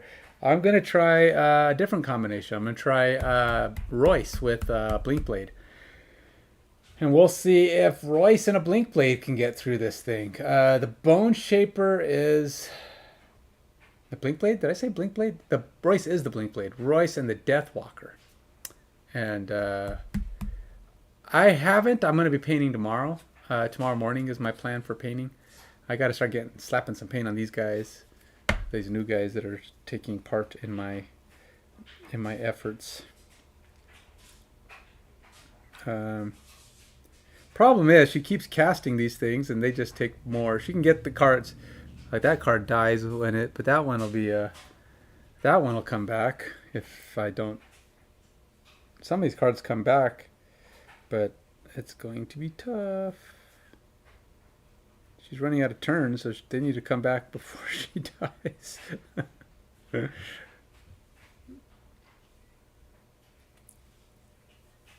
I guess I'm doing that one. And then let's just do it quick. 30. And then, yeah, let's go to the next round. Oh, yeah, we're round 12 already. Once again, 12 rounds. The thing is, I spend half the rounds trying to kill these stupid things in the middle. They just, yeah, they're definitely gonna try someone else next time. It just doesn't function. The Banner Spear cannot get through this with a 2-character thing. She just does not have the power. She's no help to Royce, and the Boneshaper is apparently no help to her because she can't get in position for these attacks. Maybe when she has better attacks, like when she levels up to 4 or something, when she can get some bigger attacks. We'll see. I may actually paint tonight too. I haven't decided if I'm going to play this again with a different team. Maybe I'll paint tomorrow, and then maybe I'll paint tonight, paint tomorrow, and then tomorrow night I'll play another try, take another shot at this, or tomorrow afternoon. Give my brain a chance to recover, because this is not working. I'll keep all this experience and stuff I got this time. That'll help Tenia potentially. I mean, she won't level up, but she can get a little experience and try to get some stuff going here. Maybe get a better card for the next round.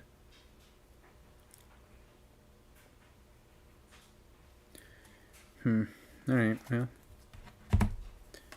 What do we got, troops? Adrian is up. All right, so we're gonna do the pull maneuver. She's not gonna move. She's just gonna shoot this guy, yank him over here, do 3 damage to him. Just because. Number 4. He will. If I don't kill him right now, he's gonna. Or yeah, I'm not gonna kill him. If I don't kill him, game's over anyway.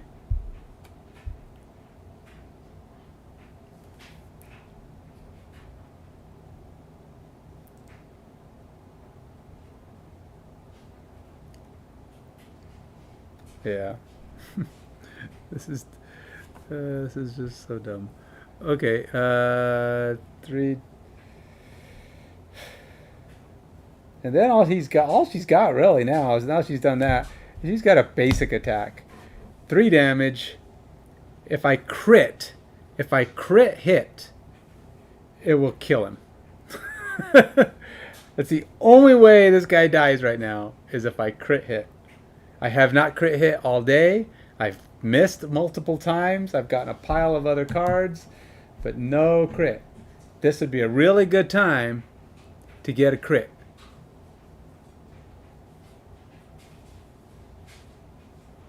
Physical?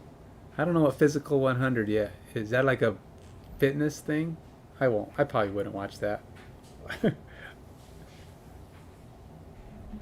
Not my thing, man.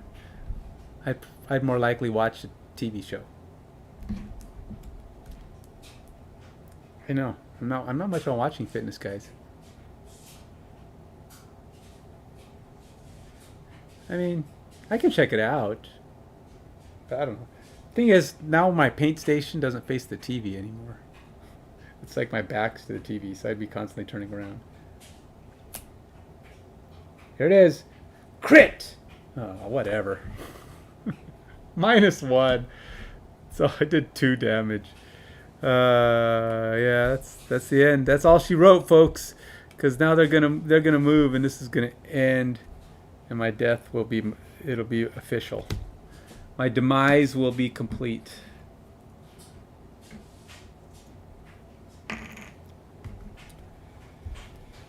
She pulled. Okay, so that's it.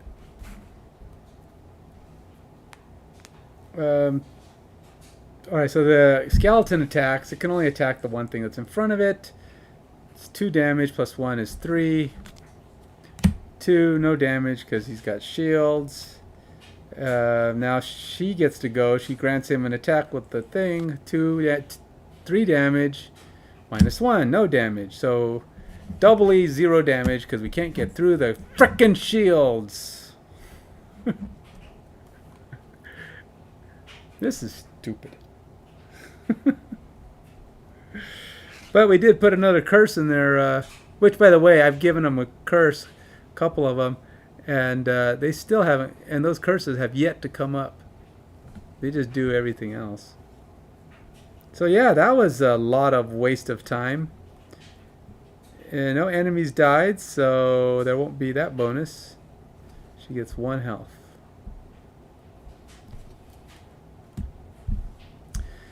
Can't hit me. Move 2. Doink, doink. Game over. Ugh.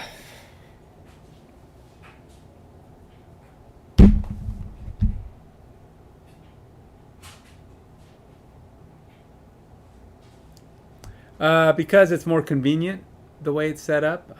The way I had it before, the table was in the middle of the room, and it required a lot more moving around cameras when I streamed. It was I needed the table for other things, so I'd have to keep taking stuff off the table and putting stuff back on the table, and just, it was really hard to switch up and do different things. Now I've got it set up in a more permanent location, out of the way. It's a lot more roomy. It's a bigger table area, and I don't have to. And the cameras don't have to go very far. Some of them just stay where they are. I have my cameras on mobile arms, so they're all in the same location. So if I change to a table game, I just move the arms and set them up. If I'm changing to a room setup, I can move the camera up and get everything. If I'm doing my painting, I just shift it to the back of the table, and I can have it pointed that way. So it's all really conveniently set up now. So I can switch between things in a matter of minutes versus the old way where I have to clear up tables and move, and it was a big pain in the rear. So streaming requires you to optimize as much as possible, and ultimately the only way that works is if you you can minimize camera movements and setups. So I'm able to do more things now with less effort. What I can't do is beat this scenario. Now I'll tell you this, the scenario is beatable. I just don't know that it's beatable with 2 characters in solo mode. Now, grant you this. My guys are level 3 and level 1 right now. That's a level 2 scenario. When it's just Royce and her, they're both level 3. Which is at least, more health. They're able to do more. But they have 0 cohesion. These would probably be better if she wasn't so close to death all the time and could catch a couple extra skeletons. Like if she lived, she even had just 1 or 2 more health, which she would, it's all she'd probably get. She'd probably level up, get 1 health, 1 health, 1 health.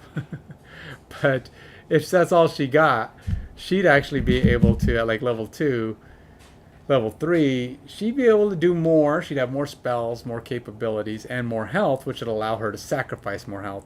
But she's got terrible ability to heal herself, and she hits everything she depends on requires her to injure herself. So she starts with 6. She starts with 6, and then she takes 2 for almost all of her good attacks. 2 to summon, 2 to summon, 2 to summon, 2 to heal. You can heal allies. You can heal someone else for 2. But it's, all these things are taking 2. Now, she's got some things that'll protect her from damage, but not a lot of stuff to heal her from damage. So what that ends up being is she casts stuff, and then she takes full rests. But then her stuff dies, and she comes, when she's done resting, they're dead. in a two-player game, because there's just not enough crowd control. There's not enough going on to keep the monsters from focusing on you and your allies. And Adrian needs better mobility. She can't get behind guys. She can't get her attacks off. And so she's really just basic attacking most of the time, except for her range attacks, which are often just basic attacks too. Even if you manage to infuse the wind enough times, you're going to struggle to get that set up. I'm telling you, it's tough. I haven't figured out how to make this work. The Drifter might be Adrian's only hope of getting through this thing. And that will be my 3rd thing to try. But what I'm going to do right now is I'm going to keep the experience I got from this one. I'm going to go ahead and count this one for the sake of giving a little experience to Tenia. Tenia is going to need all she can get. And I'm going. She don't level up to level 2 until she has 45 hit points. So even the piddly little experience she's getting from this this fight. Trying to figure out what I do with my pencil. Oh, there it is, right in front of me.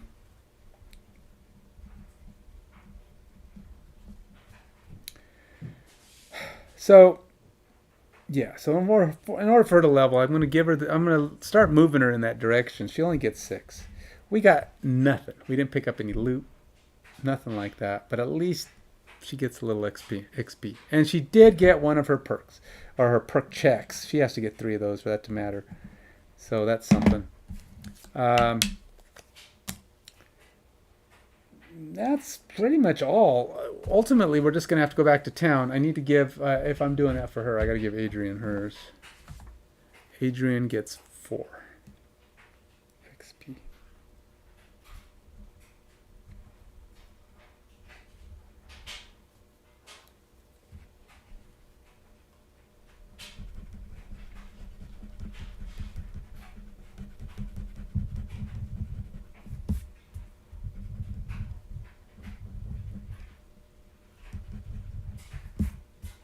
All right. That's it. No resources. Oh, wait. Did we get resources? Nope. No resources. Got resources the first time, but like I said, I forgot to actually keep that stuff. My bad. But she gets nothing of real help, but we're going to have to go. And we have to go back to town. So Cesar...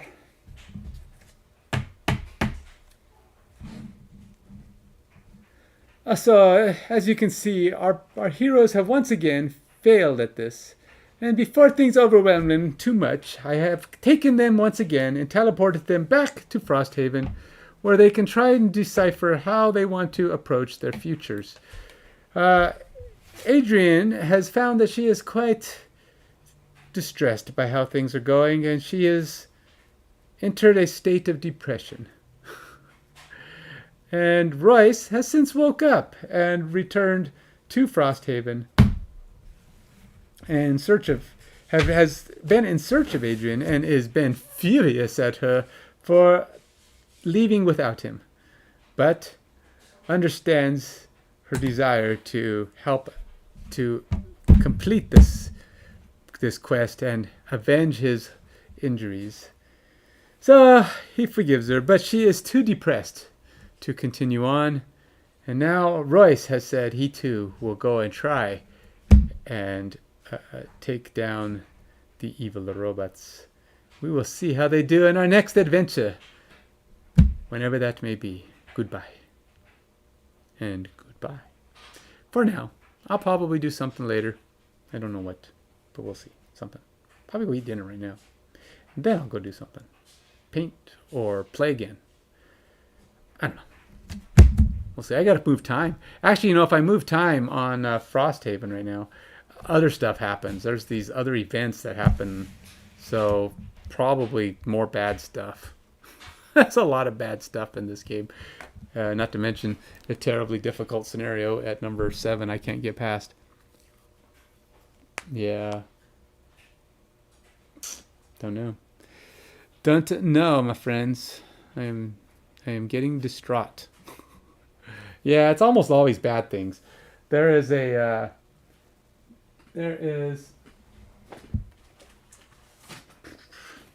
let's say, so going back, a week will pass whenever you go back and do a thing, and it's going to be 2 things happen on here. And I'm guessing they're bad. Probably get attacked in town or some other nonsense. Let's go see. I'm going to go through it. Let's go see. 32.3. Let's do this. This is the basic thing. This is just what's on there by default. So I don't even know. Oh, nope. That's not even the right one. Wrong book.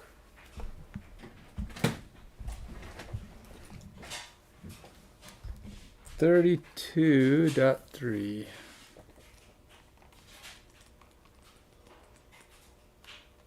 32.3. Okay.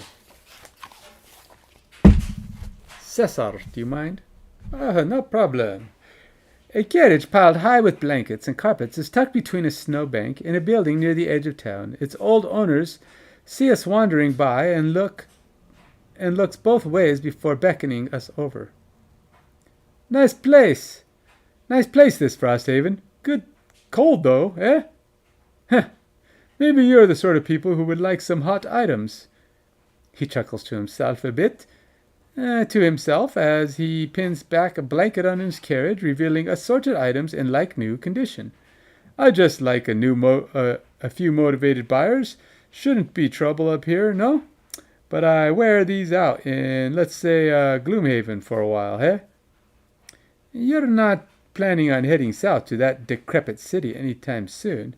Might as well pick up a few items at a steal of a price.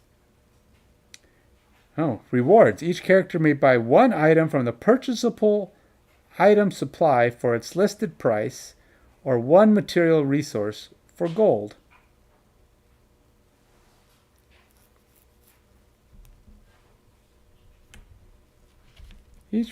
Each character may buy one item from the purchasable item supply for its listed price, or one material resource for 7 gold.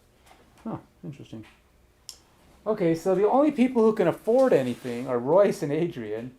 Tenia will not be able to buy anything because Tenia has no money. Tenia is poor. So Royce and Adrian are going to go look at the purchasable items. What coolness do we have in the purchasable items? I think it's this category. All right, maybe there's something in here that could actually help Adrian not be crap. Let's see here. So, winged boots. During your turn, add jump to all your move abilities. You know, she should probably use winged boots. That would really help her get in position a lot more. Does she have 15 gold? I think they both have some pretty good gold amounts. If she can jump around and she can jump over these bookshelves and jump over the traps and just have a lot more mobility, maybe she'll be able to actually accomplish something in this place. All right, where is Adrian's? Where's Adrian and Royce's? Let's see. She's got 46 gold. And Royce has got, looks like 50.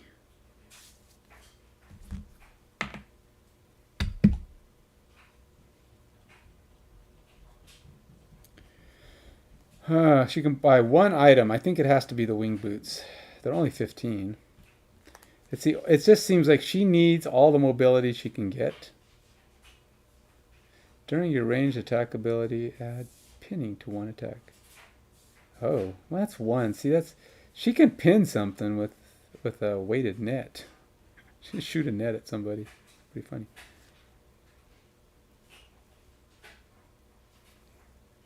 Is there anything in here that Royce wants?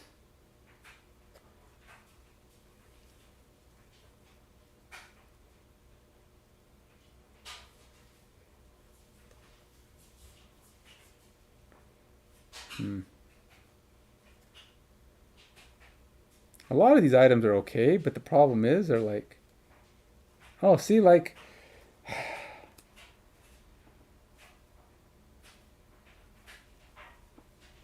they're like one-time use, and then you have to take a long rest, and long rests are crap.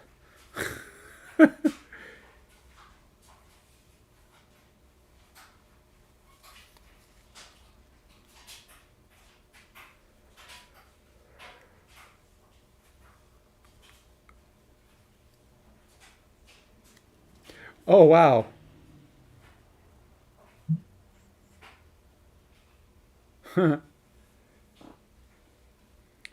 Flea Bit and Shawl. You are considered to have an initiative of 99 for the purposes of enemy focusing. So if they have to pick between you and someone else, you'll never get picked. You'll always be at the end. Because if it's like, well, they can hit you if you're the closest one. They go for the closest person. But if there's two that are equidistant, they go by initiative. And you would never get picked because you'd be a 99 all the time. But honestly, I don't see anything here. During your melee attack, add wound to a single attack. What kind of wound is that? I've never even seen that kind of wound before. Jagged sword. That's not a wound symbol. What the heck is that?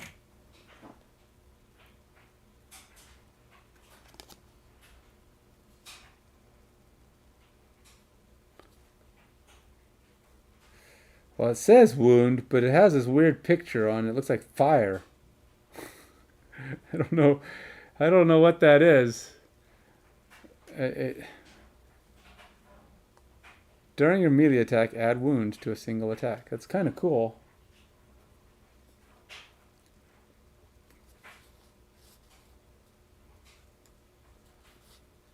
Because that you can get that back too. Being able to add wound. It's a weird symbol on there. You can only buy one item, and the only one who needs it is Adrian, because it doesn't really. I guess I could. What does Royce have? Royce, what's Royce's items? I don't know if he has two hands worth of items. I think he does, but he doesn't use one of them because it's stupid for him. Anyway. He's got a summoner's horn or something weird. It's like it doesn't do him a lick of good. Yeah, I said a lick of good. I said it.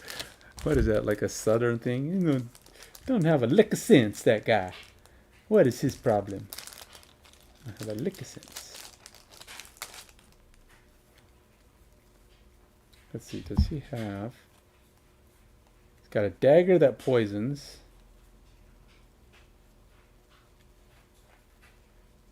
Yeah.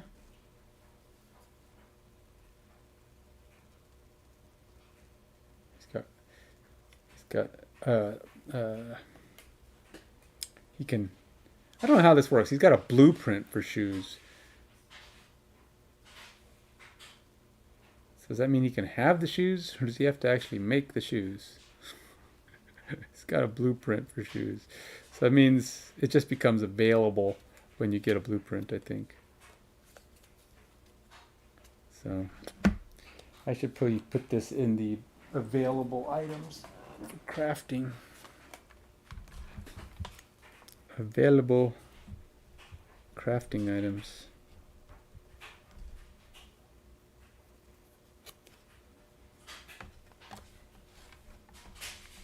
Oh wait, what number is that?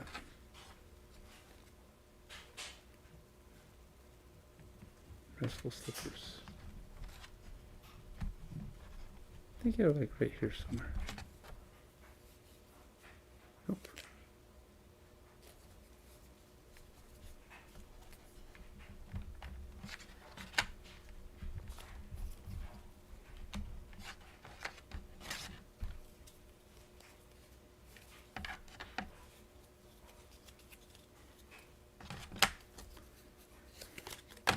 Oh, it's a two-way item. All right, so restful slippers.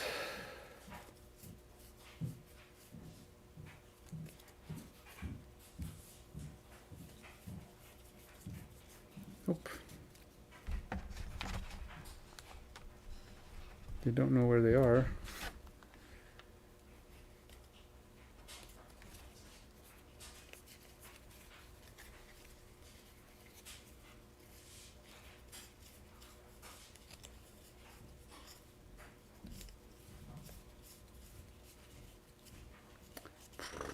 Don't see restful slippers. What a pain, huh? You gotta watch me try to dig through cards.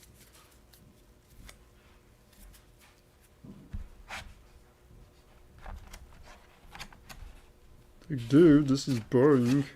Don't do that while we're watching. You're wasting all of our time, man.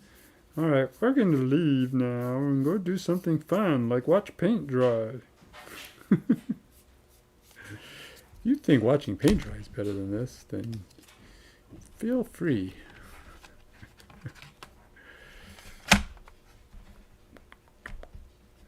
Alright, well, somewhere in here are restful slippers. I know that because I've seen them. I know they exist.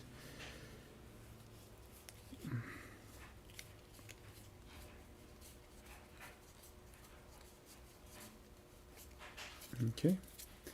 Well, I could be wrong. Oh, there they are. They're right in front. Nice. Nice.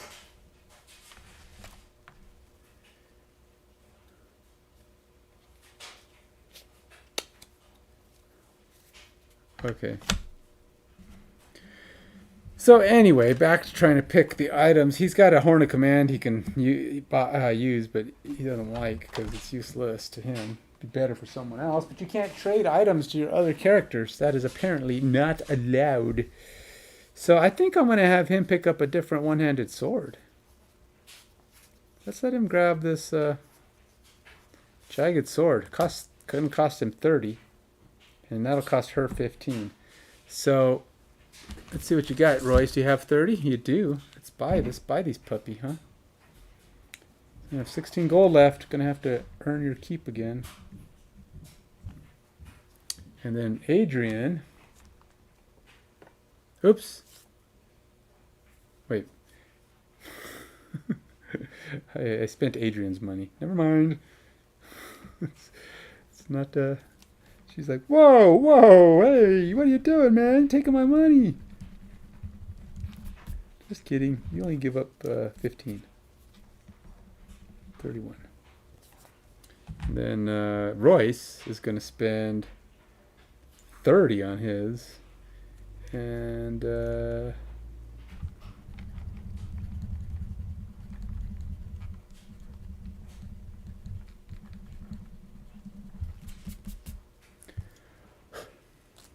leave him with a nice even 30.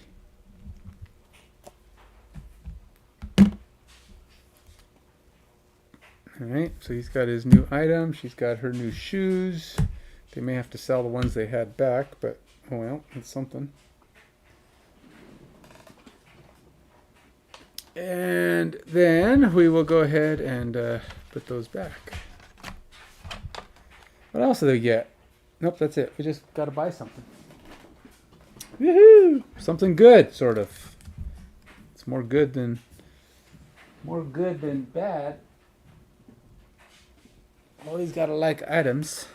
All right, so they're a little bit better. That'll help Adrian maybe move around a little bit more effectively on occasion. Maybe get off some of those big hits every now and then. She's really got to take advantage of those big hits. Get around the back of guys. And yeah, I don't know. It's tough because she doesn't. Problem with those kind of things, it's hard to set up because she needs an ally who's next to the guy. Then she can move around the guy to get in the position. Still not easy to do. But at least then she can like move and block things easier because she's not going to be as tripped up by the things that are blocking her way. So anyway. And unfortunately, she's going to have to take long rests on occasion to make that work. But we'll have to deal with that when the time comes. She failed at her bonus thing. We're back in town. I guess that's pretty much it. I do need a sleeve. Oops. He's got to go on Adrian's pile. Which is this. Oops. Wait, doesn't have that blessing in there anymore. His blessings need to be removed.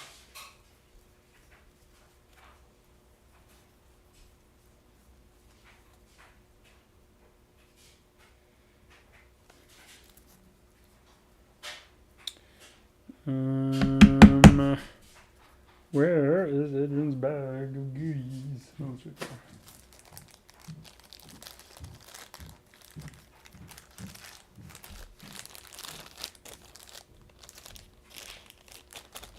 Where's his cards?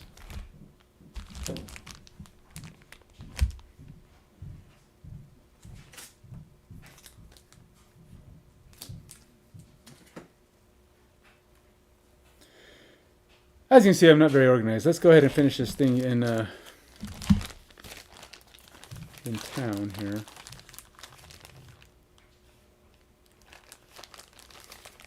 Try to keep everything together, but as you can see, I'm not good at that.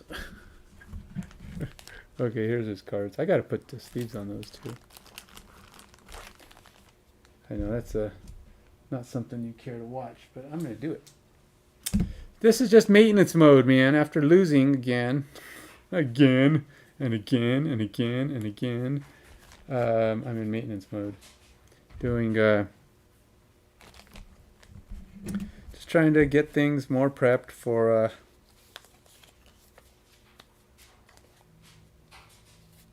the next try. And right now, the next try is going to be Royce and a Blink Blade. That's what my plan is. Royce and a Blink Blade. Not Blink Blade. Royce is the Blink Blade. Deathwalker. I'm going to try the Deathwalker. I'm curious what that does. I'm going to learn how the Deathwalker plays.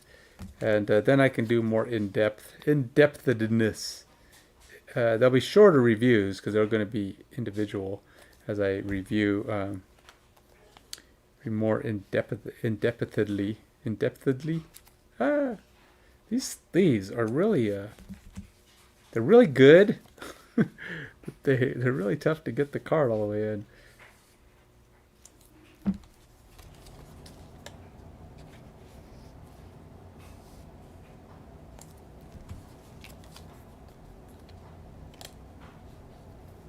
I need to start protecting these cards because they are getting trashed. You can, cards, if you mess with them too much, they start to get faded and sticky and just start looking like crap. These ones are starting to feel their wear. I try to handle them lightly, but it don't work. There's only so much you can do, Gotta put sleeves on them. If you're gonna handle something constantly, over and over and over again, you need to put sleeves on. But I need to have different sleeves for every character, which is a pain. Because, this is why I can tell the cards apart. They don't get mixed up. I just grab the ones that belong to that character. And I did put some extra sleeves in. But so I sleeve every card that's available to that character. So not every card that they have. Just as they level up, they'll have cards available to him. So this is all his cards. All of his 1s, 2s, and his 1s, a 2, and a 3 that he's got in his repertoire of possibilities. And then I will take the rest of these cards and I'll put them with his other possible cards, which will mean when he levels up again, I can add more cards.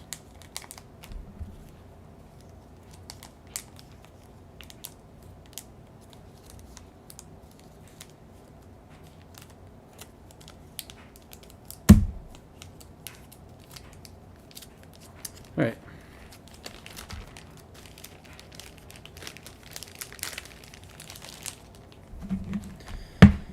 And now, at least I got a sleeved deck. Now I got to figure out what better to carry them in, because the bag that I don't think the bag that they were in is going to hold them anymore with the sleeves.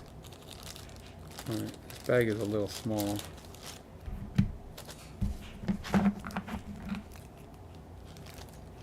Oh, maybe.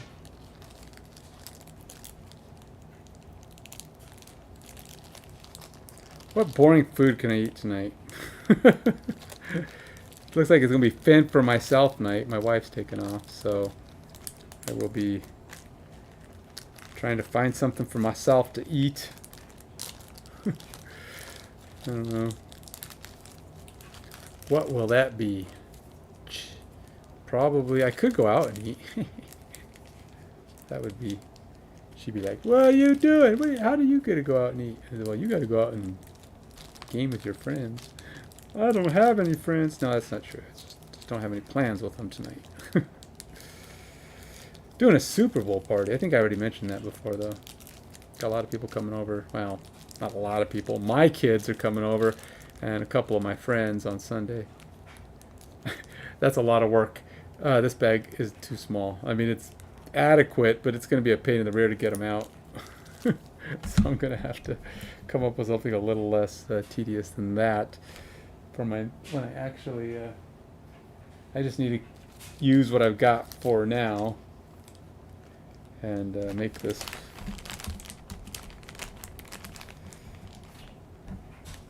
Let's get organized, It's a pain in the butt to be disorganized. Don't do it to yourself. Don't disorganize.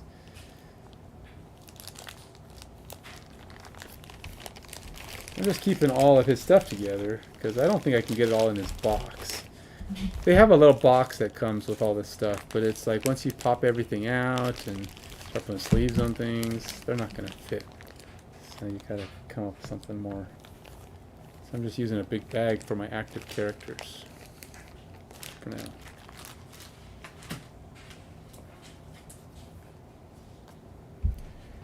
Okay.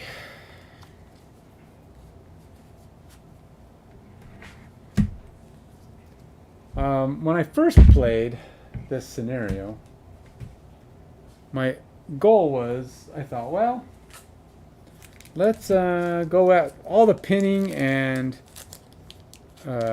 wounding I can possibly come up with. Didn't work. And I said, okay, all of the range stuff I could possibly come up with. Didn't work. All right, all of the wounding stuff, and we'll try some quick attacks and kill these cannons. Thought it was going to work. That's when I started getting to... it was after the first couple of times that I realized killing the cannons at the beginning, at least a couple of them, really helps in easing the pain and actually allowed me to progress a lot better.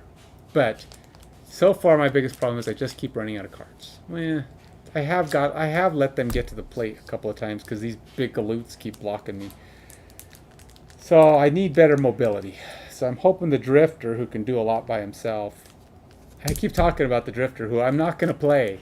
The Drifter is not my next choice, but my choice after that. I haven't gotten around to deciding when I'm going to try the Geminate.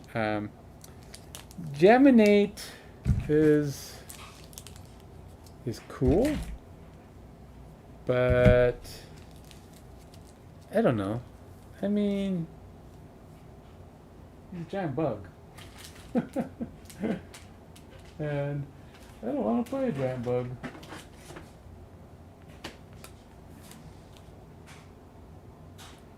Yes, I admit I'm prejudiced against giant bugs.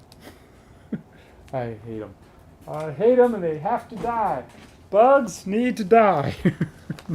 Not a friend of bugs. I am putting away Adrian. Adrian is depressed, stressed, and she needs some time to herself. She is ready to take a break from this locale, as it has gotten to her head that she is incapable. Which, by the way, she may very well be incapable. But I am going to beat this scenario at some point.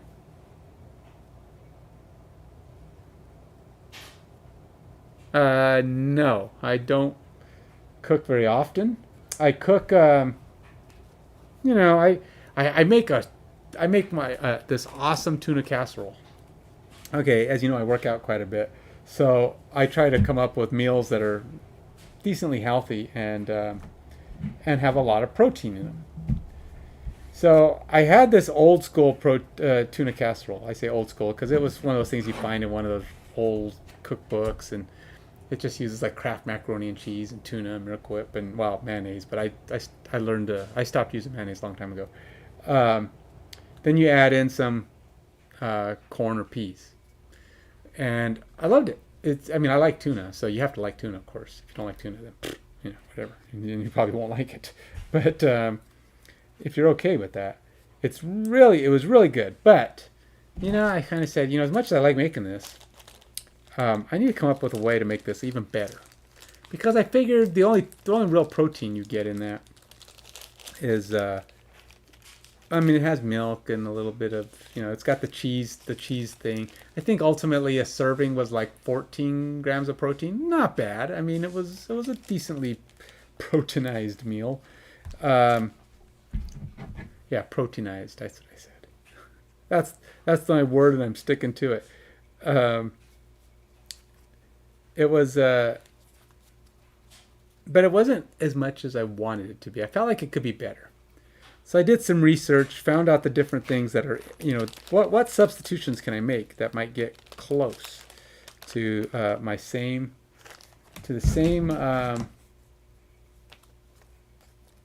taste, or very close, and get better protein count. So the first thing I did is I stuck with peas. That was the first thing I did. Peas are a very high protein vegetable, so as much as I like corn, the peas were the better play. So I went with peas. I like peas too, so that's another thing. You gotta like peas. And then I went to, then my next thing was to try, I replaced the macaroni. I went with a whole wheat macaroni, which surprisingly enough tastes like macaroni. I mean, you can't really tell the difference. And it's got good protein amounts in it. I didn't realize that. And I was like, wow, that's really good. I like the protein. What else can I take out? So I went, then of course I have have the milk in there. And then I went to real cheese. I chop up real cheese. I don't use the mix. I mean, I'm not using a Kraft macaroni and cheese anymore, so I'm using regular cheese. And then I use like cheddar. So I melt cheddar, get what I want in there. It's about a cup of cheddar or something like that. I think that's about right. And then put that in there. That makes it really good. So that's pretty good. The only thing left to figure out was, one of the things I added that most folks would never think about is my secret ingredient. Is don't tell anybody. I know nobody's watching this except you, TDL. So if anybody else finds out about this, I'm going to blame you. I put a scoop of protein in there. A scoop of vanilla protein. Yeah, vanilla. And you're like, ooh, vanilla protein in tuna casserole. Ooh. And I was like, I'm going to try this. And what I did was I put like a teaspoon in a small like cup of my food and just thought, I'll try this. And mixed it up. And, that's actually not too bad. It actually adds a little sweetness to it, but it really wasn't bad. It was just, it's the vanilla protein, the 100% natural protein. And it actually was pretty good. And I was like, I can do this. So in the whole pan, I add a scoop. So it's not a ton. I just put one scoop in there, but it's in the whole pan. So basically that adds, another 22 to the thing. So what I did was I used MyFitnessPal and I put in all the ingredients for the whole pan of stuff of tuna casserole, and it divides up and figures out all of the nutrients, and you just have to tell it how many servings are in there. So once I'm done making it, I think it's like 6 or 7 servings, and it comes out with it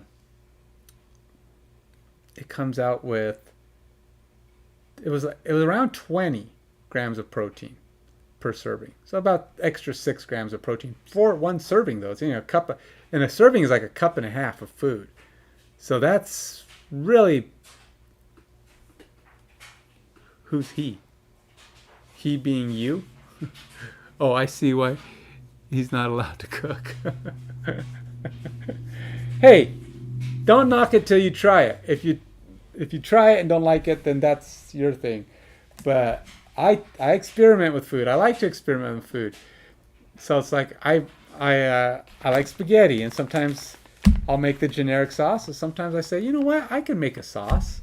So I buy the tomato sauce and the tomato paste, and I basically, I didn't even look up a recipe, but I went to look at the grocery store, and I looked at all the ingredients in the spaghetti sauces, kind of things they put in there, and I just started adding some of those things in small amounts because I didn't want to, overdo it. Usually it's a quarter teaspoon or a teaspoon. Small amounts are what you normally put into a sauce. So I put small amounts. And I kind of go, yeah, that one's a little strong or that one's a little weak. And I would kind of balance it out till I started getting a taste that I liked. And I made my own spaghetti sauce. Problem was, I've only done that a couple times because I never write down what I did. So it's always an experiment, and since I do it so far, I do it so rarely, it's not the most efficient thing to do. So usually I just use regular sauces. So, but it's fun to make my own. But I have been known to experiment. If I like something, the last thing. Haha, no, but I have never tried to put vanilla protein in my spaghetti sauce yet. I just like spaghetti because it's a fairly, I like red sauce because it's lower calorie, but it's also tastier. I like it better than white sauce. But white sauce is very creamy and I always feel like, ugh, so thick, so heavy, rich. But it's not that it's bad. I love the taste. Don't get me wrong. But, I just always feel like it's too much. But ultimately, I also went one more step. There was only one thing in my protein extravaganza that I hadn't tried. And that was to figure out a way to replace the Miracle Whip. Now, I love Miracle Whip because I like that kind of the tanginess. Normally you would use mayonnaise, but mayonnaise is really high fat. I don't like it. So I decided to try to replace it. Now, that was tricky, and I haven't mastered it yet. There are actually recipes online how to replace Miracle Whip or mayonnaise with Greek yogurt. Now, mind you, Greek yogurt doesn't have a lot of flavor. I mean, it's kind of generic. So you can add other flavors to it to try to get it to change flavor. And there's some recipes out there that you use vinegar because you're basically adding the things to it that Miracle Whip has. Vinegar and I can't even remember. I think maybe some lemon. I don't know, just some a couple of different spices and things that you would stick in there with it, and it's close, but I think the ones I've made have either had too much vinegar or too much, and I got to figuring out the right quantity because I need to make like a half cup of it or even close to a cup, and I haven't gotten the amounts down right to get that amount of final results.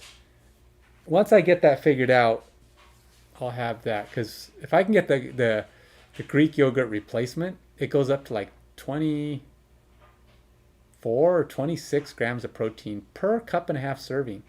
That's awesome. That is an awesome meal because it's really good, not terribly filling, and if I want an extra half a serving, I can get myself 40 grams of protein in one seating. So what I would usually do is eat it for lunch. I'd make enough. I'd eat it for lunch a few days during the week or dinner. I just had, make myself a big pot of it because I'm the only one who eats it. My wife doesn't like tuna. She don't like any kind of fish. My kids don't like fish because they take after their mother. But, so yeah, it's pretty cool. It's my favorite food. One of my most favorite things to make. But I add protein powder to a lot of things.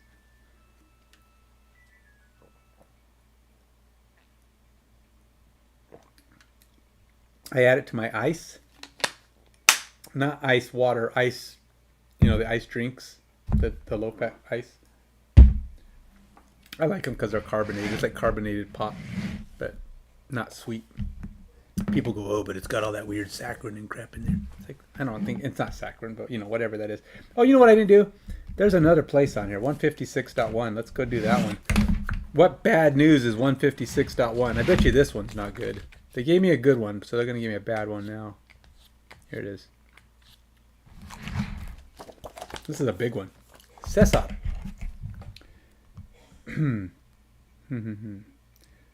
Fascinating, yes. A fascinating challenge. Oh, an opportunity for outpost, of course. A quattrel wrapped in a thick green cloak paces the floor of Satha's cabin, lost in thought as the mayor looks on her from her seat by a map-strewn table. Satha raises a hand in greeting as we open the door, and the quattrel whirls toward us, startled. Oh! Yes, perfect. You must be the one Sasha mentioned. Pinter Droman, tinkerer extraordinaire at your service. He bows with a flourish.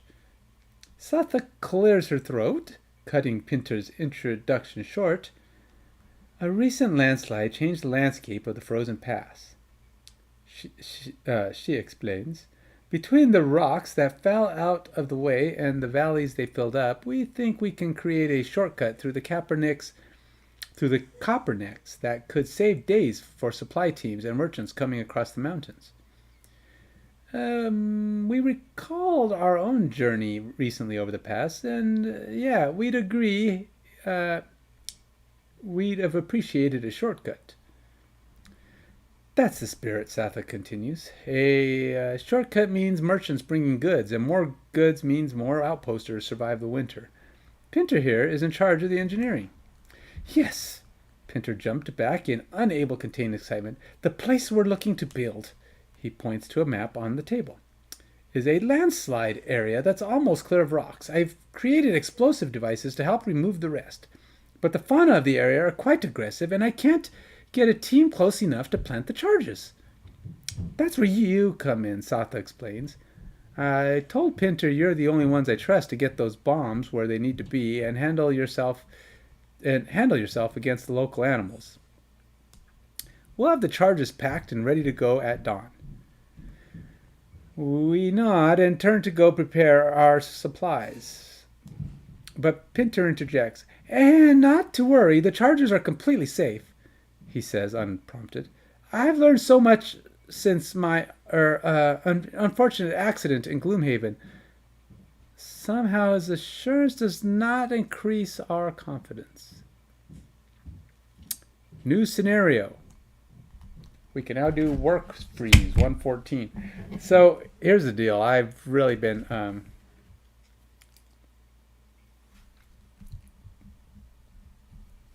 not marking up my board like I'm supposed to, putting stickers and all that stuff on the board. I've just been writing things down to be the scenarios I'm allowed to go to.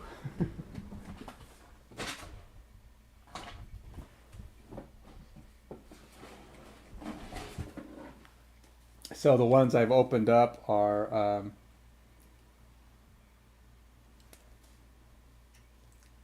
8, 15. I can do 26 and 25.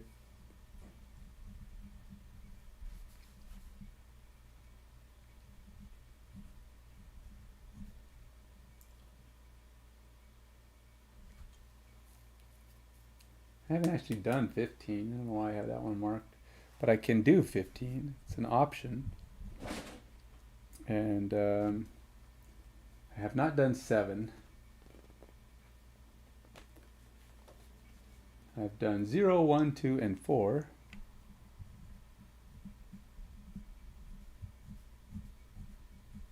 And 3 is out. I can't do it.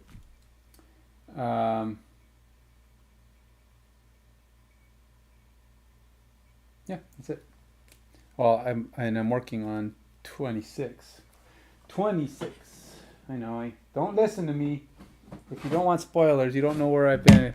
When I tell you it's the Quattro Library, that doesn't tell you where it is unless you actually know which scenario that number is, and you wouldn't know it until you get there. So. I'm just telling you right now, when you get there, and if you only got 2 people, and you're soloing without a drifter or a death walker, I feel for you. I don't know. Death walker might not be any better. I think Royce is really good, though. I like Royce. He's got a lot of movement. He gets a lot done. We've gotten to the point where we're down to like 1 or 2 guys with Royce. We have not accomplished that with these 2. There's just not enough power. They can't get through armor. You have to. It sucks you can't pick your guys that you want to play with because the game just doesn't allow it unless you're going to make the game easier for you to do it. But oh well. So outpost phase. I guess I should do an outpost. If I'm going to do that, I should probably do an outpost card, right? We're still in summer. Outpost event. Damn, White Oak. They give us half a budget and still expect us to stay alive. Captain Olmsted is stomping around angrily as he punctures his frustration by knocking a weapon rack to the floor. Upgrades to the barracks could mean the difference of lives in this town, and we're stuck filling requests that take months to go through the pass and back, just to have their stupid red rejected stamps. He grabs a training sword and stabs it into the straw belly of a practiced dummy. Arg! This seems like a bad time to ask if there are any new jobs posted. Option 1. Offer to cover the cost of upgrading the barracks yourself. Leave and come back later. Can I afford to cover the cost? I don't know what the cost of upgrading barracks is. I guess I'll go yes. We will offer to upgrade them. Oh, that's not bad. You out of here, baby? I gotta go up and get some food in a minute. Ready. All right, so let's go ahead and read how it happens to be. We lose 10 collected gold. We offer to make up the budget deficit to upgrade the barracks out of our pocket. Captain Olmsted, eyes widen. You mercenaries are not nearly the scum Satha thinks you are. I'm going to tell her right now. Upgrade the barracks to the next level, or if the barracks is already level 4, gain 1 morale instead. Otherwise, read outcome B. Wait. That's otherwise. What does that mean? Upgrade the barracks to the next level, or if the barracks is already level 4, gain 1 morale instead. Read outcome B. I don't know. Why would I read otherwise? Read outcome B. I don't need to do that because I'm paying the gold. Collectively, we're coming up with the gold. That's we're spending a lot of gold on this trip. Oh, well, we upgrade the barracks, I assume. So, guess we're paying for it out of our pocket. Where is our pocket? Where did I put Adrian and Royce's pocket? Nope. Nope. I didn't put their cards away, did I? It's Tenia.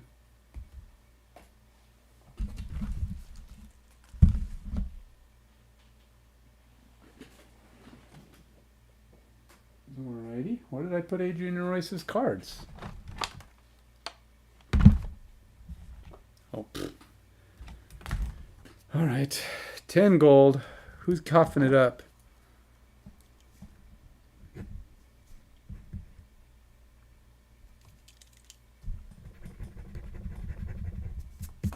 Alright, I'll say alright, we'll go 5 from Royce and 5 from Adrian. Alright, so we've done that. Upgrading the barracks to the next level.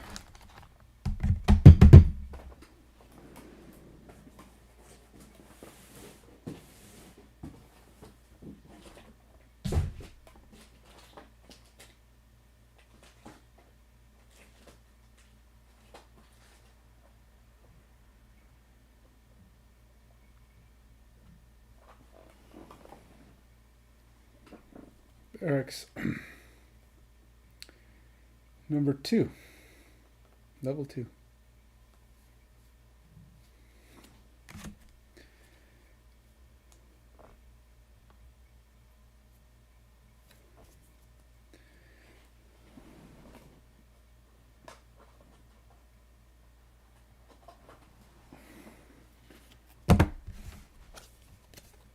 So we're going to replace this one.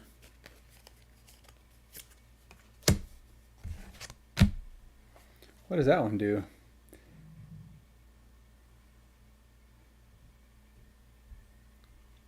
Capacity 6. Plus 1 prosperity.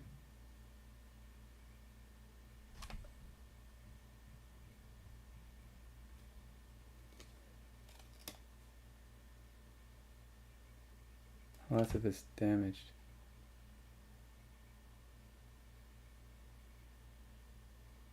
I don't know what the any 2 of any of those things are.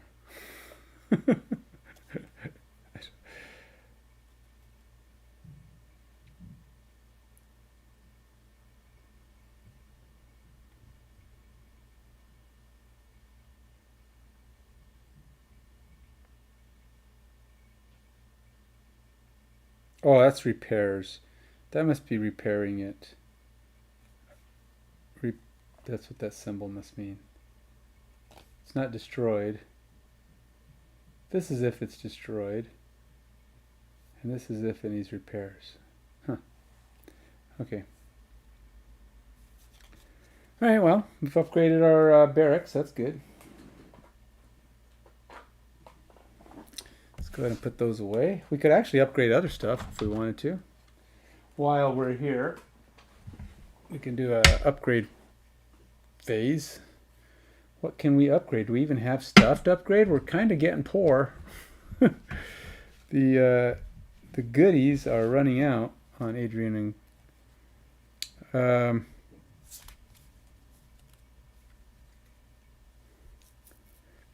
oh, did that one didn't up our prosperity, did it? Did it do anything to our prosperity? +2 soldiers. So we've basically got six soldiers. I think this has a marker for your soldiers. Morale, defense. Oh, no. I don't know how they get perks or anything. I haven't quite figured out all that stuff. The town guard gets perks. I don't know how they get those. Maybe when they fight, they get perks. So they're battle goals for them too. I don't know.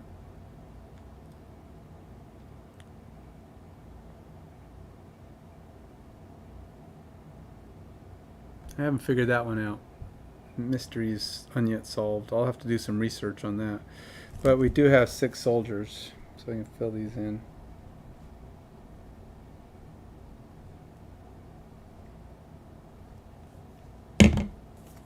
Okay. And they do get 1 prosperity for that. It's a 1 prosperity like mark. It's not actual increased prosperity.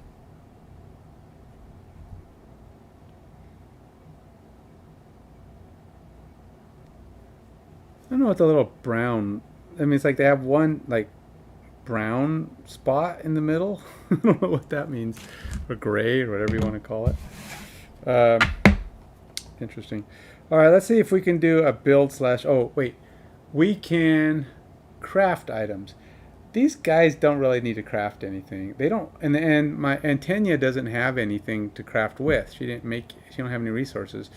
So it doesn't do her any good. She can't buy anything yet. She has no money. Yeah, I think that's it. There's really nothing for me to do except to try to so we've done that.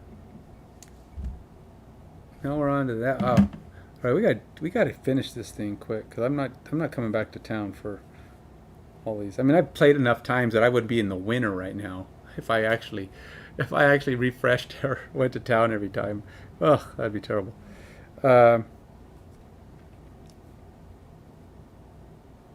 What do I want to build? Can't. They require high level prosperity. This can be built. Oh, I already upgraded that. Let's wait. No, I didn't. Alchemist. It is level 1. So the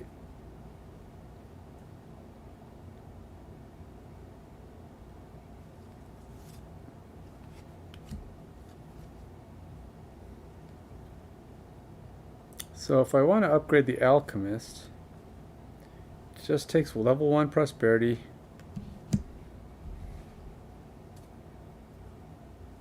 One, 2 wood, 2 metal, and a pelt. Yeek, we have 1 pelt between us. Do we have any in here? Oh, we have stuff. We gave them in that stuff. Oh, alright, well, they have the stuff they need. 2 wood, 2 metal, and a pelt. That'll give us our level 2 alchemist.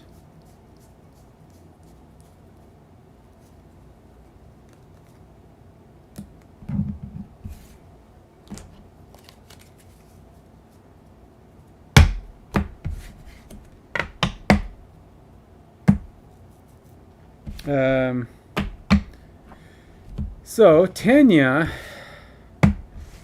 she didn't fare as well as she had hoped. So she's going to take a break. I want to play her again. This just isn't the place for her yet. She's level 1. It's going to be tough to get through any scenario with a level 1. Royce is going to take someone out. But he's looking over at the Deathwalker over there. And he's thinking he wants to talk to her. What skills she has.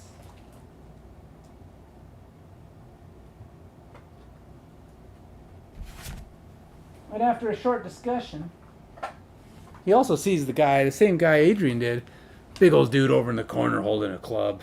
He's just sitting there. He's got the club on the table and he's just holding it. Waiting for some food. It's like, this place is kind of slow. Even though this is, just a beer tent. But I need some food. People need to come over here. Royce is like, I'm going to let him go ahead and have his food. And then he goes and approaches the Deathwalker. And he looks at her. She's got her staff. She looks a little bit like a wizard. And he also sees one of the Algox dancers, snow dancers, sitting over there. And the two of them are talking. I haven't actually reviewed or checked out or know anything about the snow dancer yet, but I do know that Adrian or Royce wants to talk to the Deathwalker. Gets to know her. He reaches out, shake her hand, and goes, my name's Royce. I really like. I heard you talking about your skills and what as you two are exchanging stories. I'm curious. Would you mind going down with me to? Are you up for a test of your skills at the local against some robots that have been giving me and a friend of mine nothing but fits. They have been a terror, to say the least. Sent us packing on a number of cases. Our friend here, Cesar, has been forced to retrieve our unconscious / failed bodies, bringing us back to Frosthaven over and over again. And we're thinking we need to try something new. And my partner Adrian she's overwhelmed. She needs a break. And I thought maybe you'd want to go down there and check it out with me, test your skills. And as I stop for a moment and decide what her name is going to be,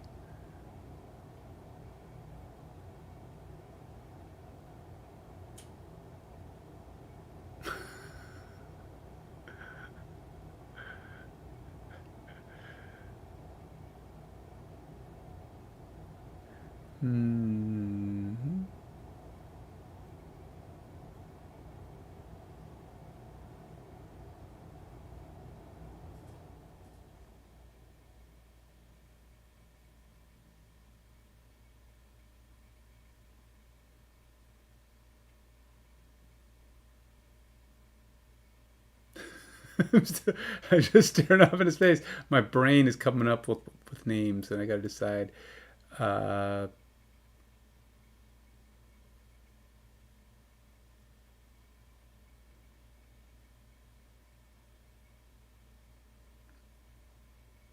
So anyway, he reaches out, says, "Hey, my name's Royce. I'm glad to have you join me and help me out with this problem if you think you can." And she looks over to him and kind of eyes him for the moment, and says, "Yeah, I think I'd like to give that a shot. It sounds exciting. My name's Cresseth, and Cresseth, nice to meet you. And let's tell me a little bit more about what skills you've got. I heard you talking about these shadows you seem to have. I think that could complement my my own skill set, my skill set.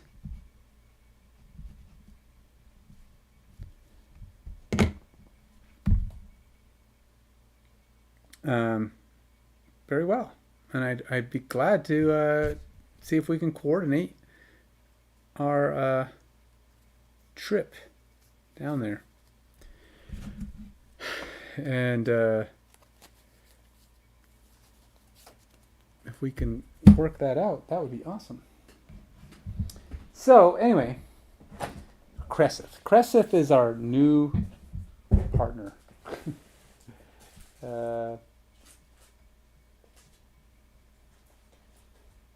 I am going to. I'm looking for.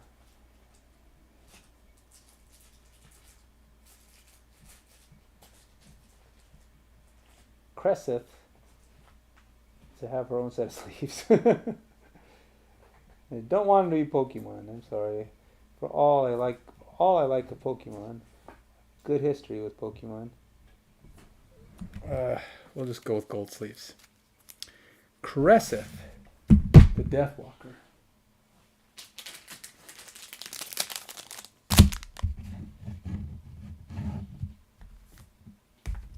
Now, I'm going to move my Boneshaper stuff off to the side.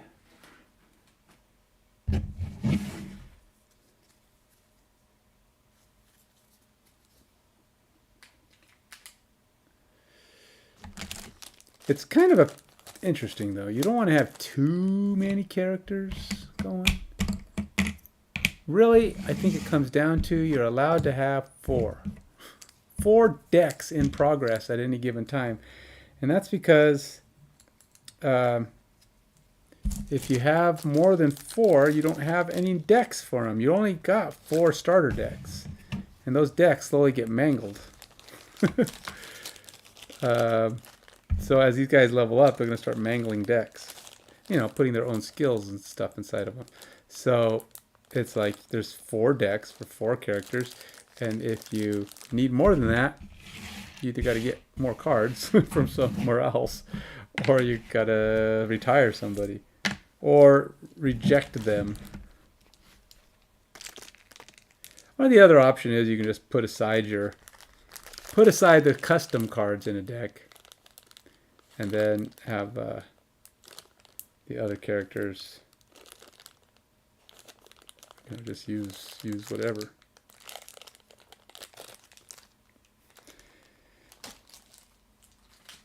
Okay. He doesn't need that right now. This one can get put away. Let's go see. Where are her cards? There's the Deathwalker cards. Do kind of have to build up her deck. I haven't gone through it. Haven't even attempted to go through it.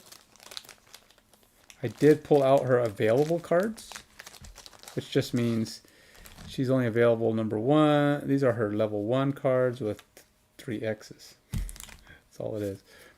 That's her full supply. She gets 11 cards. So it's interesting that I picked 2 guys who I think may be the only 2 guys in the game with less than 11 cards. They all have 10. Only 2 of them have 10. The Deathwalker and the Boneshaper both have 11. The Geminite has 14. It's a split 14 though. It's like 2 7s. And then the Drifter has, I think the Drifter has like 12 or something like that. So yeah, I picked the 2 with the smallest decks. Now don't interpret that as meaning you get a lot more actions. What that means is the bigger decks often have more permaloss cards. Cards you can only use once during the scenario. So you're going to be burning cards more often. You don't want to burn too often. Now, it's like It's like, what is it with Tenia? She has all her cards, or she's got all these summons, right? And if she happens to get 3 summons in play, she's only ever gonna have 12 cards allowed to her. So if she ever gets 3 or 4 summons, she's basically taken 3 or 4 cards out of her deck. Now they're not permaloss, but they're out of her deck, which means if they stay alive, she's going to start burning through cards really fast. If she manages to be successful in keeping them alive, she has to at some point she'll have to kill them off just to have turns, just so that she can so that she can act at the end of the game. So it's like I'm gonna have to kill off my guys now because they're not gonna serve. So at the end of a round, if she's pushing it too close, could be that she doesn't even get a survive, doesn't even get to use her guys all the way to the end because there's not enough left. See, like you can cast them. They're not permaloss, like I said. They're summons that come back to you, but it's still kind of a dang touch and go situation.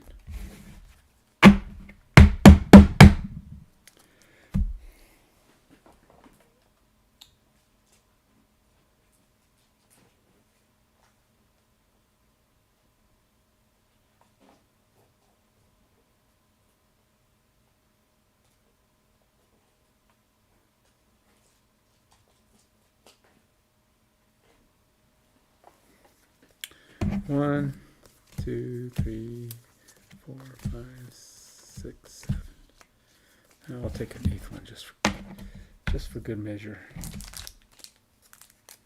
And it's probably gonna need more than that. 9, 10, 11. I'll take 12. I don't know. She only gets 1.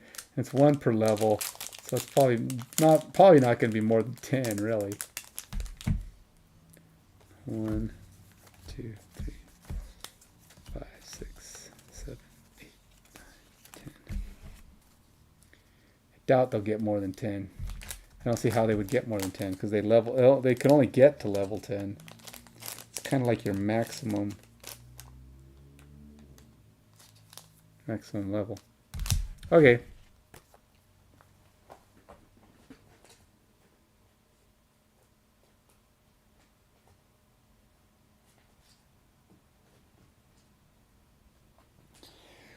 So those are the Deathwalker cards I've got to consider. She gets 11. There's probably 15 here. 1, 2, 3, 4, 5, 6, 7, 8, 9, 10, 11, 12, 13, 14. Oh, it's only 14. Okay, so with 11, she has to get rid of 4 cards.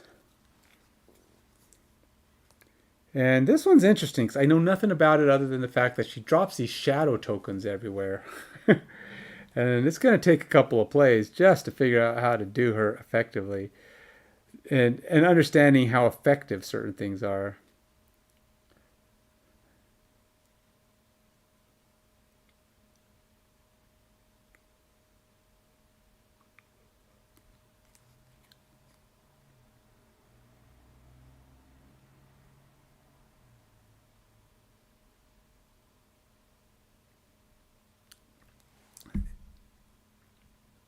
So here's a tough one. Whenever you place a character token during your and your summons attacks, before drawing an attack modifier card, you may place 1 character token on the target of the attack. When that enemy dies, place 1 shadow in or adjacent to the hex it occupied. Whenever you place a character token with this ability, remove any other character tokens placed with this ability. Oh, this is just like an infinitely capable thing. It doesn't go away, I guess. It's like it gives you an ability you just set out there and you're able to put tokens down. That's kind of interesting. That's kind of good. Those ones that stay and play for the entire scenario are kind of nice.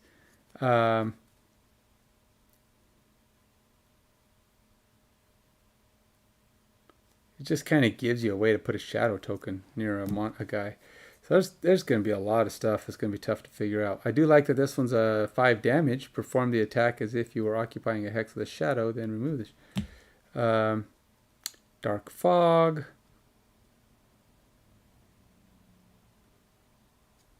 Three and a curse. I like that.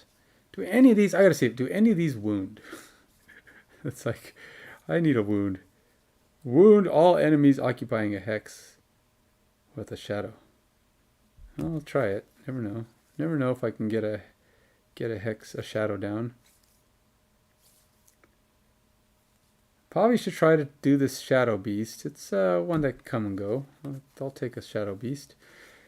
And range is always good, but putting the shadow tokens down at range is going to be the trick. Teleport. I assume that's teleport. That little symbol. Probably teleport.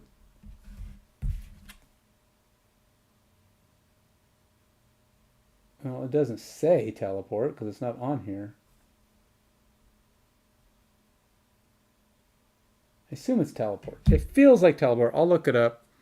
But it says symbol to a hex. I mean, what else would that be, right? Teleport. So that could be good. That's a good way to potentially bounce around on the board. But you need to figure out a way to get things down at a distance.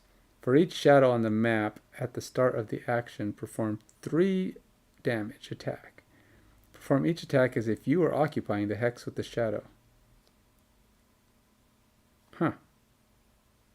Move all shadows up to 1 hex. You basically just want to throw shadows down constantly. Just have them everywhere. So what puts shadows down? Got a lot of way to move shadows. Place 3 shadows in a hex within 3. Okay, so that's good. So this is, you got to get those shadows down. Anything that'll put down a shadow. Perform the attacks as if you were occupying a hex with a shadow. Must end with a hex. Place 1 shadow in the hex you are occupying. Sure, I'll take that one too. Once during each return move or attack abilities, you may remove 1 shadow within 3 range. I've seen so far.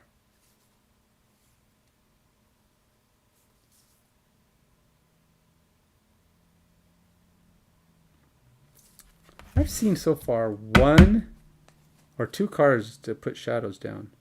1, 2.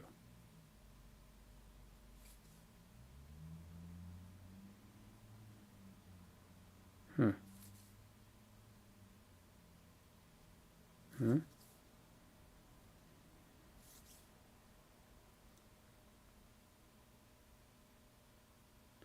Any number of hexes.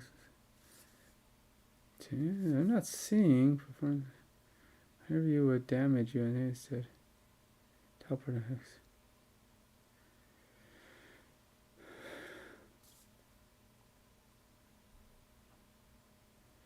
Definitely want to get this out.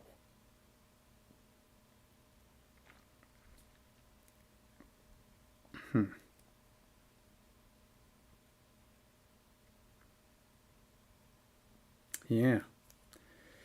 Okay, so there's like 3 cards, like 3, maybe 4 ways to put shadows down. 3 would be is probably even being generous. 2, 3, 4, 5, 6, 7, 8, 9, 10. It's 10. She only gets 1 more card, and I haven't even looked at all these ones yet. That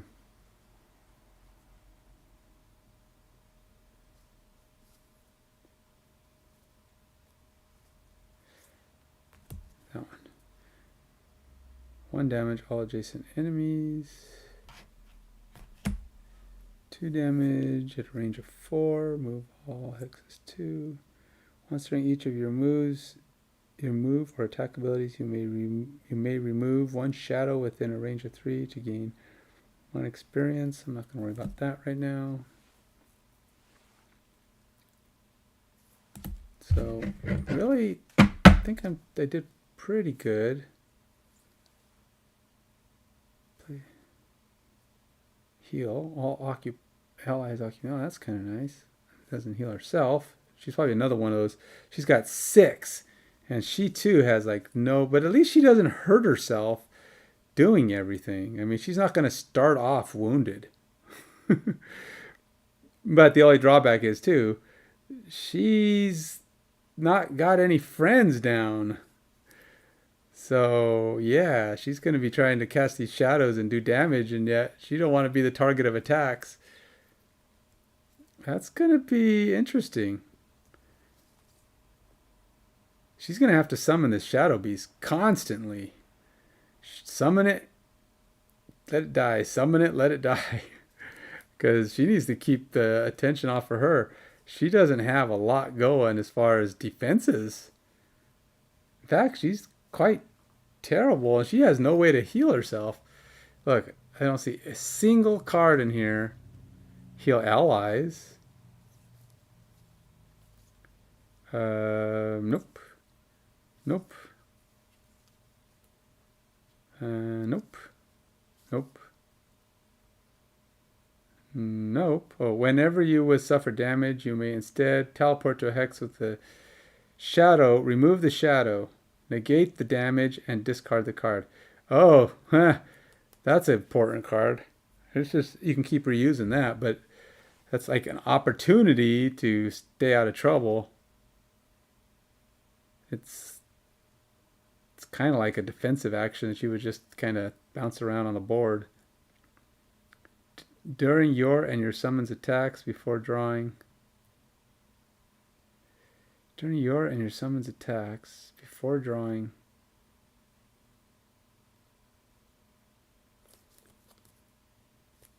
Huh. Well, I'm just looking at range.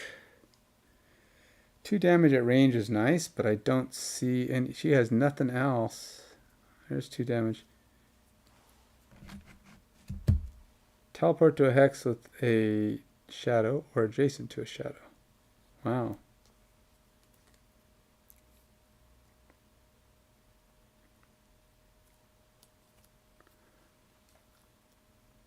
Two damage at range, potentially increasing the damage. Alright, let's stick with that. And we'll just try it. Okay, so there's her planned deck to go with Royce to the Great Below and fight the unbeatable torment that is the Quattro Library. Unbeatable torment to me. It's been tormenting me endlessly.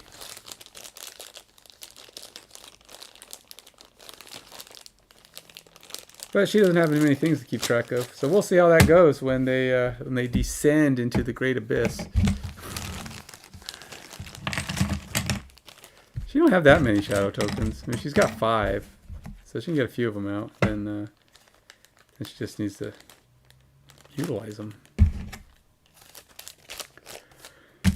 All right. I'll probably just have Roy stick with what he had already. There's no point in overcomplicating that too much.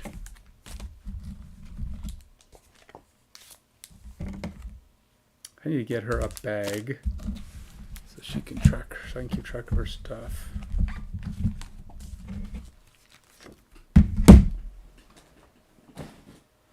And that's it, folks. I'm ready to go. The next battle will be Adrian or Royce and Seraph. And or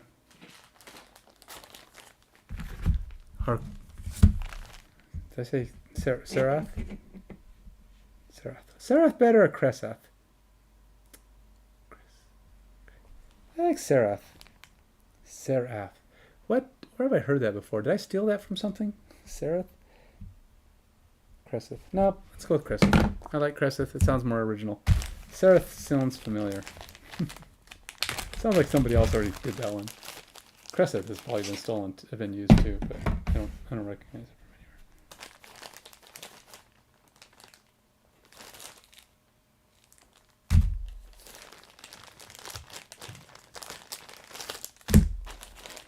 Now, I'll tell you what, I'm not going to try another new character if in fact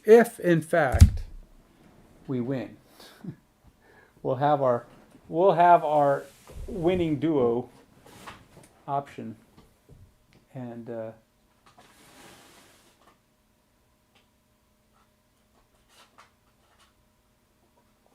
therefore we will not need to try another option. So, there's a ×2 in here that belongs to a number 4. I think that might have been missing from Tenia's deck. Probably should have double checked that. Tenia, do you have a ×2 in your deck? I'm pretty sure she does not. They are all 4s, but it's kind of hard to get a ×2 if you don't have one in your deck.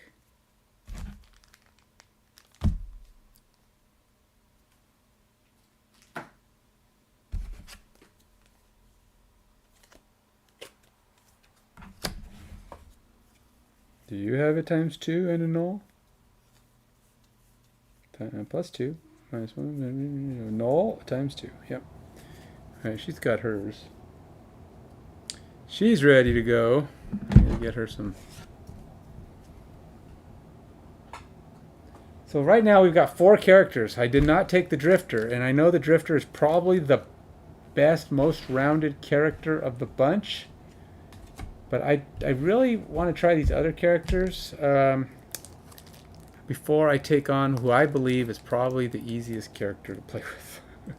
Easiest, most effective, most satisfying. Because I tell you, it's not satisfying to be struggling like this. I mean, obviously if you're losing all the time, right? I mean, how could that be satisfying in that sense? But it is what it is, and we're going to get through this. We're going to win at some point. We're going to figure this out. I do think I win or lose, no matter what happens, when I finally beat this thing, it's too hard. I'm telling you right now, I'm sorry to Isaac and all of his designers, but I think you overdid it with your complications for 2 characters. It should not be this hard. You should not have to play with the same. If you want to get through, you shouldn't have to play with only any 2 characters. Should be viable. That's all I'm saying. And right now, any 2 characters is not viable. I do not believe that there is a practical way for the Banner Spear to win with most of these characters, and or at least not consistently. I mean, I'm talking about losing a bunch of times. Yes, it's possible. I'm just really unlucky sometimes. I know. I have a lot of shots where it seems like the big hits are the big times to win, and I miss them almost every time. I mean, I'm not talking about just once in a scenario. I'm talking about every scenario. It seems like big shots fail. Now, I do get a couple big shots. I'm not going to say it never happens. Maybe Adrian's just unlucky, you know? The character's just not having it. I don't know. But ultimately, it should not be this complicated. I'm sorry, guys. This is an RPG slice type of game. You are fighting. I understand that. It should be a little challenging, but it shouldn't be like. You should just have to tweak your plan maybe a little bit. Maybe you come at it a little bit differently. But it should not be to the point where you have to have a perfect round every time with the perfect 2 characters. You know, having the game be unbeatable. Now I know Isaac and Cephalor Games or whatever the heck, they don't watch this. They don't care. I mean, they might care, but they don't watch this stream. I'm a nobody. I'm a nobody in the gaming world. I don't have enough followers to carry enough weight in these things, but maybe I've got a fair number of people who are watching these streams, and you know, at some point it may come down to, you know, people going, oh, if I can't play the characters I want to play, it's too hard. Now, what can you do? Software you can adjust, right? You can tweak software to lessen the game. Ultimately, if you tell people the rule is X, you're going to have people like me who says, I want to play by the rule. I don't want to make it easier. I should be able to play on normal and have some close calls. Maybe even lose an occasional scenario. But it shouldn't come down to every time, and you can't play it with these two guys. Any two characters should be able to win. I don't care who it is. Any two should be able to come out with the proper something to win. And it should, yes, so that means, and if it's really easy to win with like the drifter and the whatever, if it's really easy to win with somebody, then you need to come back with some rules to balance those out.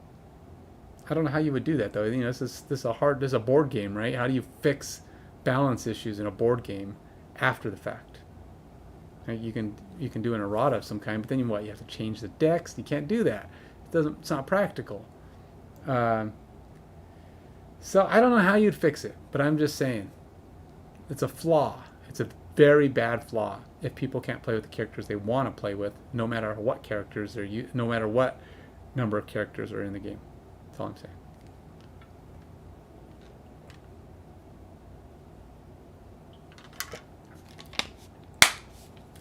As bad as Adrian and Royce are together, I shouldn't have to retire one or quit or drop the banner spear because she can't keep up, or she can't move, or she can't do her things.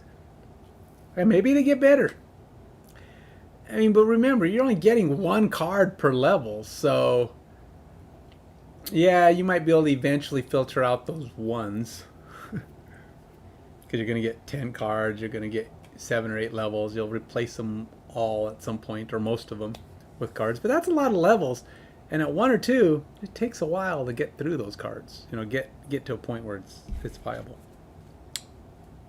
So the Deathwalker, I haven't bought her gold, or her thing. 30. Let's see. What does she need? She has 30.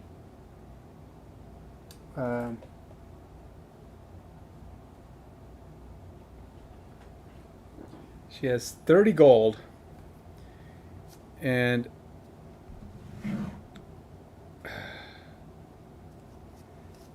what can she do with 30 gold? Is there anything she gets that just always works? I love the things that always work. Like Shoes of Happiness. I mean, they're lame, but they always work, right? Let's just see what they have for always working. Nope, that's the only thing. Shoes of Happiness are the only thing. Then there's the things you lose.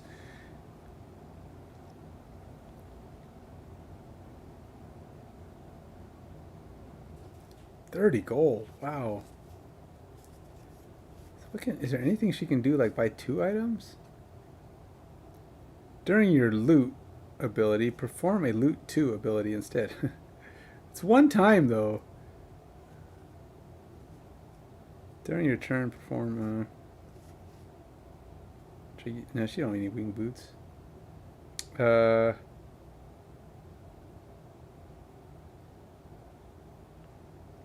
curious. Can shadows move over rough terrain and stuff like that? I mean, like if it says move shadows, can they just move over everything? That's cool if they can.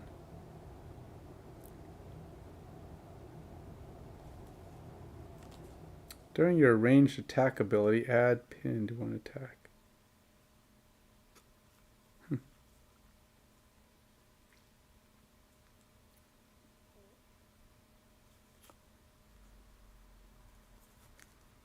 They are quite good at making sure.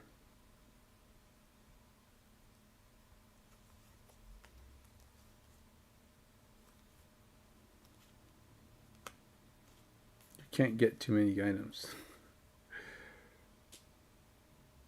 Heal 1. I mean, I guess heal 1. I'm just trying to figure out how to...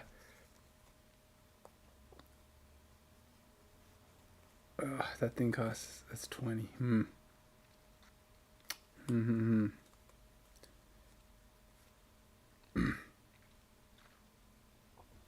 you suffer damage from an attack... That might be good.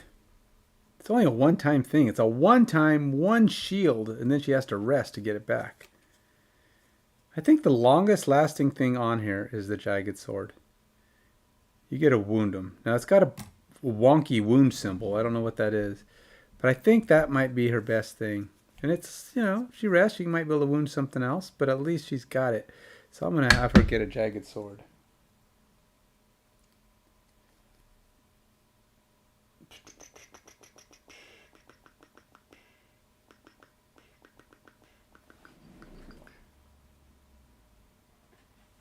Okay. I think I'm ready.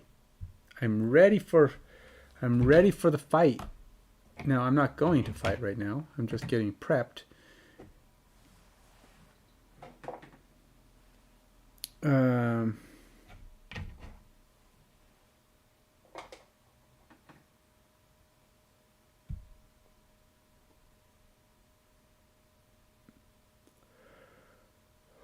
Let's see here. What am I missing? I'm missing dudes. Dudes on a map.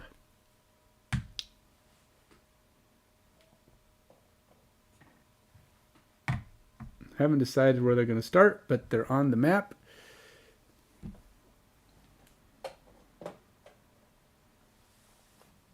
Okay. That's it for me. I'm all done. I'm going to take a break. I don't know what time it is. What time is it? 7 o'clock. I'm going to go eat. And then I'm either going to come back and paint or come back and play or do something. But I am ready. I do want to try this. But I also want to paint because I haven't painted in a while. But I got to paint tomorrow. So I'm going to paint tomorrow for several hours. So who knows? Maybe I'll just do this and then I'll paint tomorrow for several hours and do this again. Hopefully a different scenario. Oh, God, it's been 2 weeks of this. Going on 3. This weekend is my 3rd weekend trying this. And I've played it a bajillion times. Gotta find the secret sauce, but it's... Anyway, that's it for me. I'm going to turn on... What the heck? Did my phone die? Did it sneakily died on me? It died. I can't play now if I wanted to. I gotta go charge my phone. Alright. Talk to you later.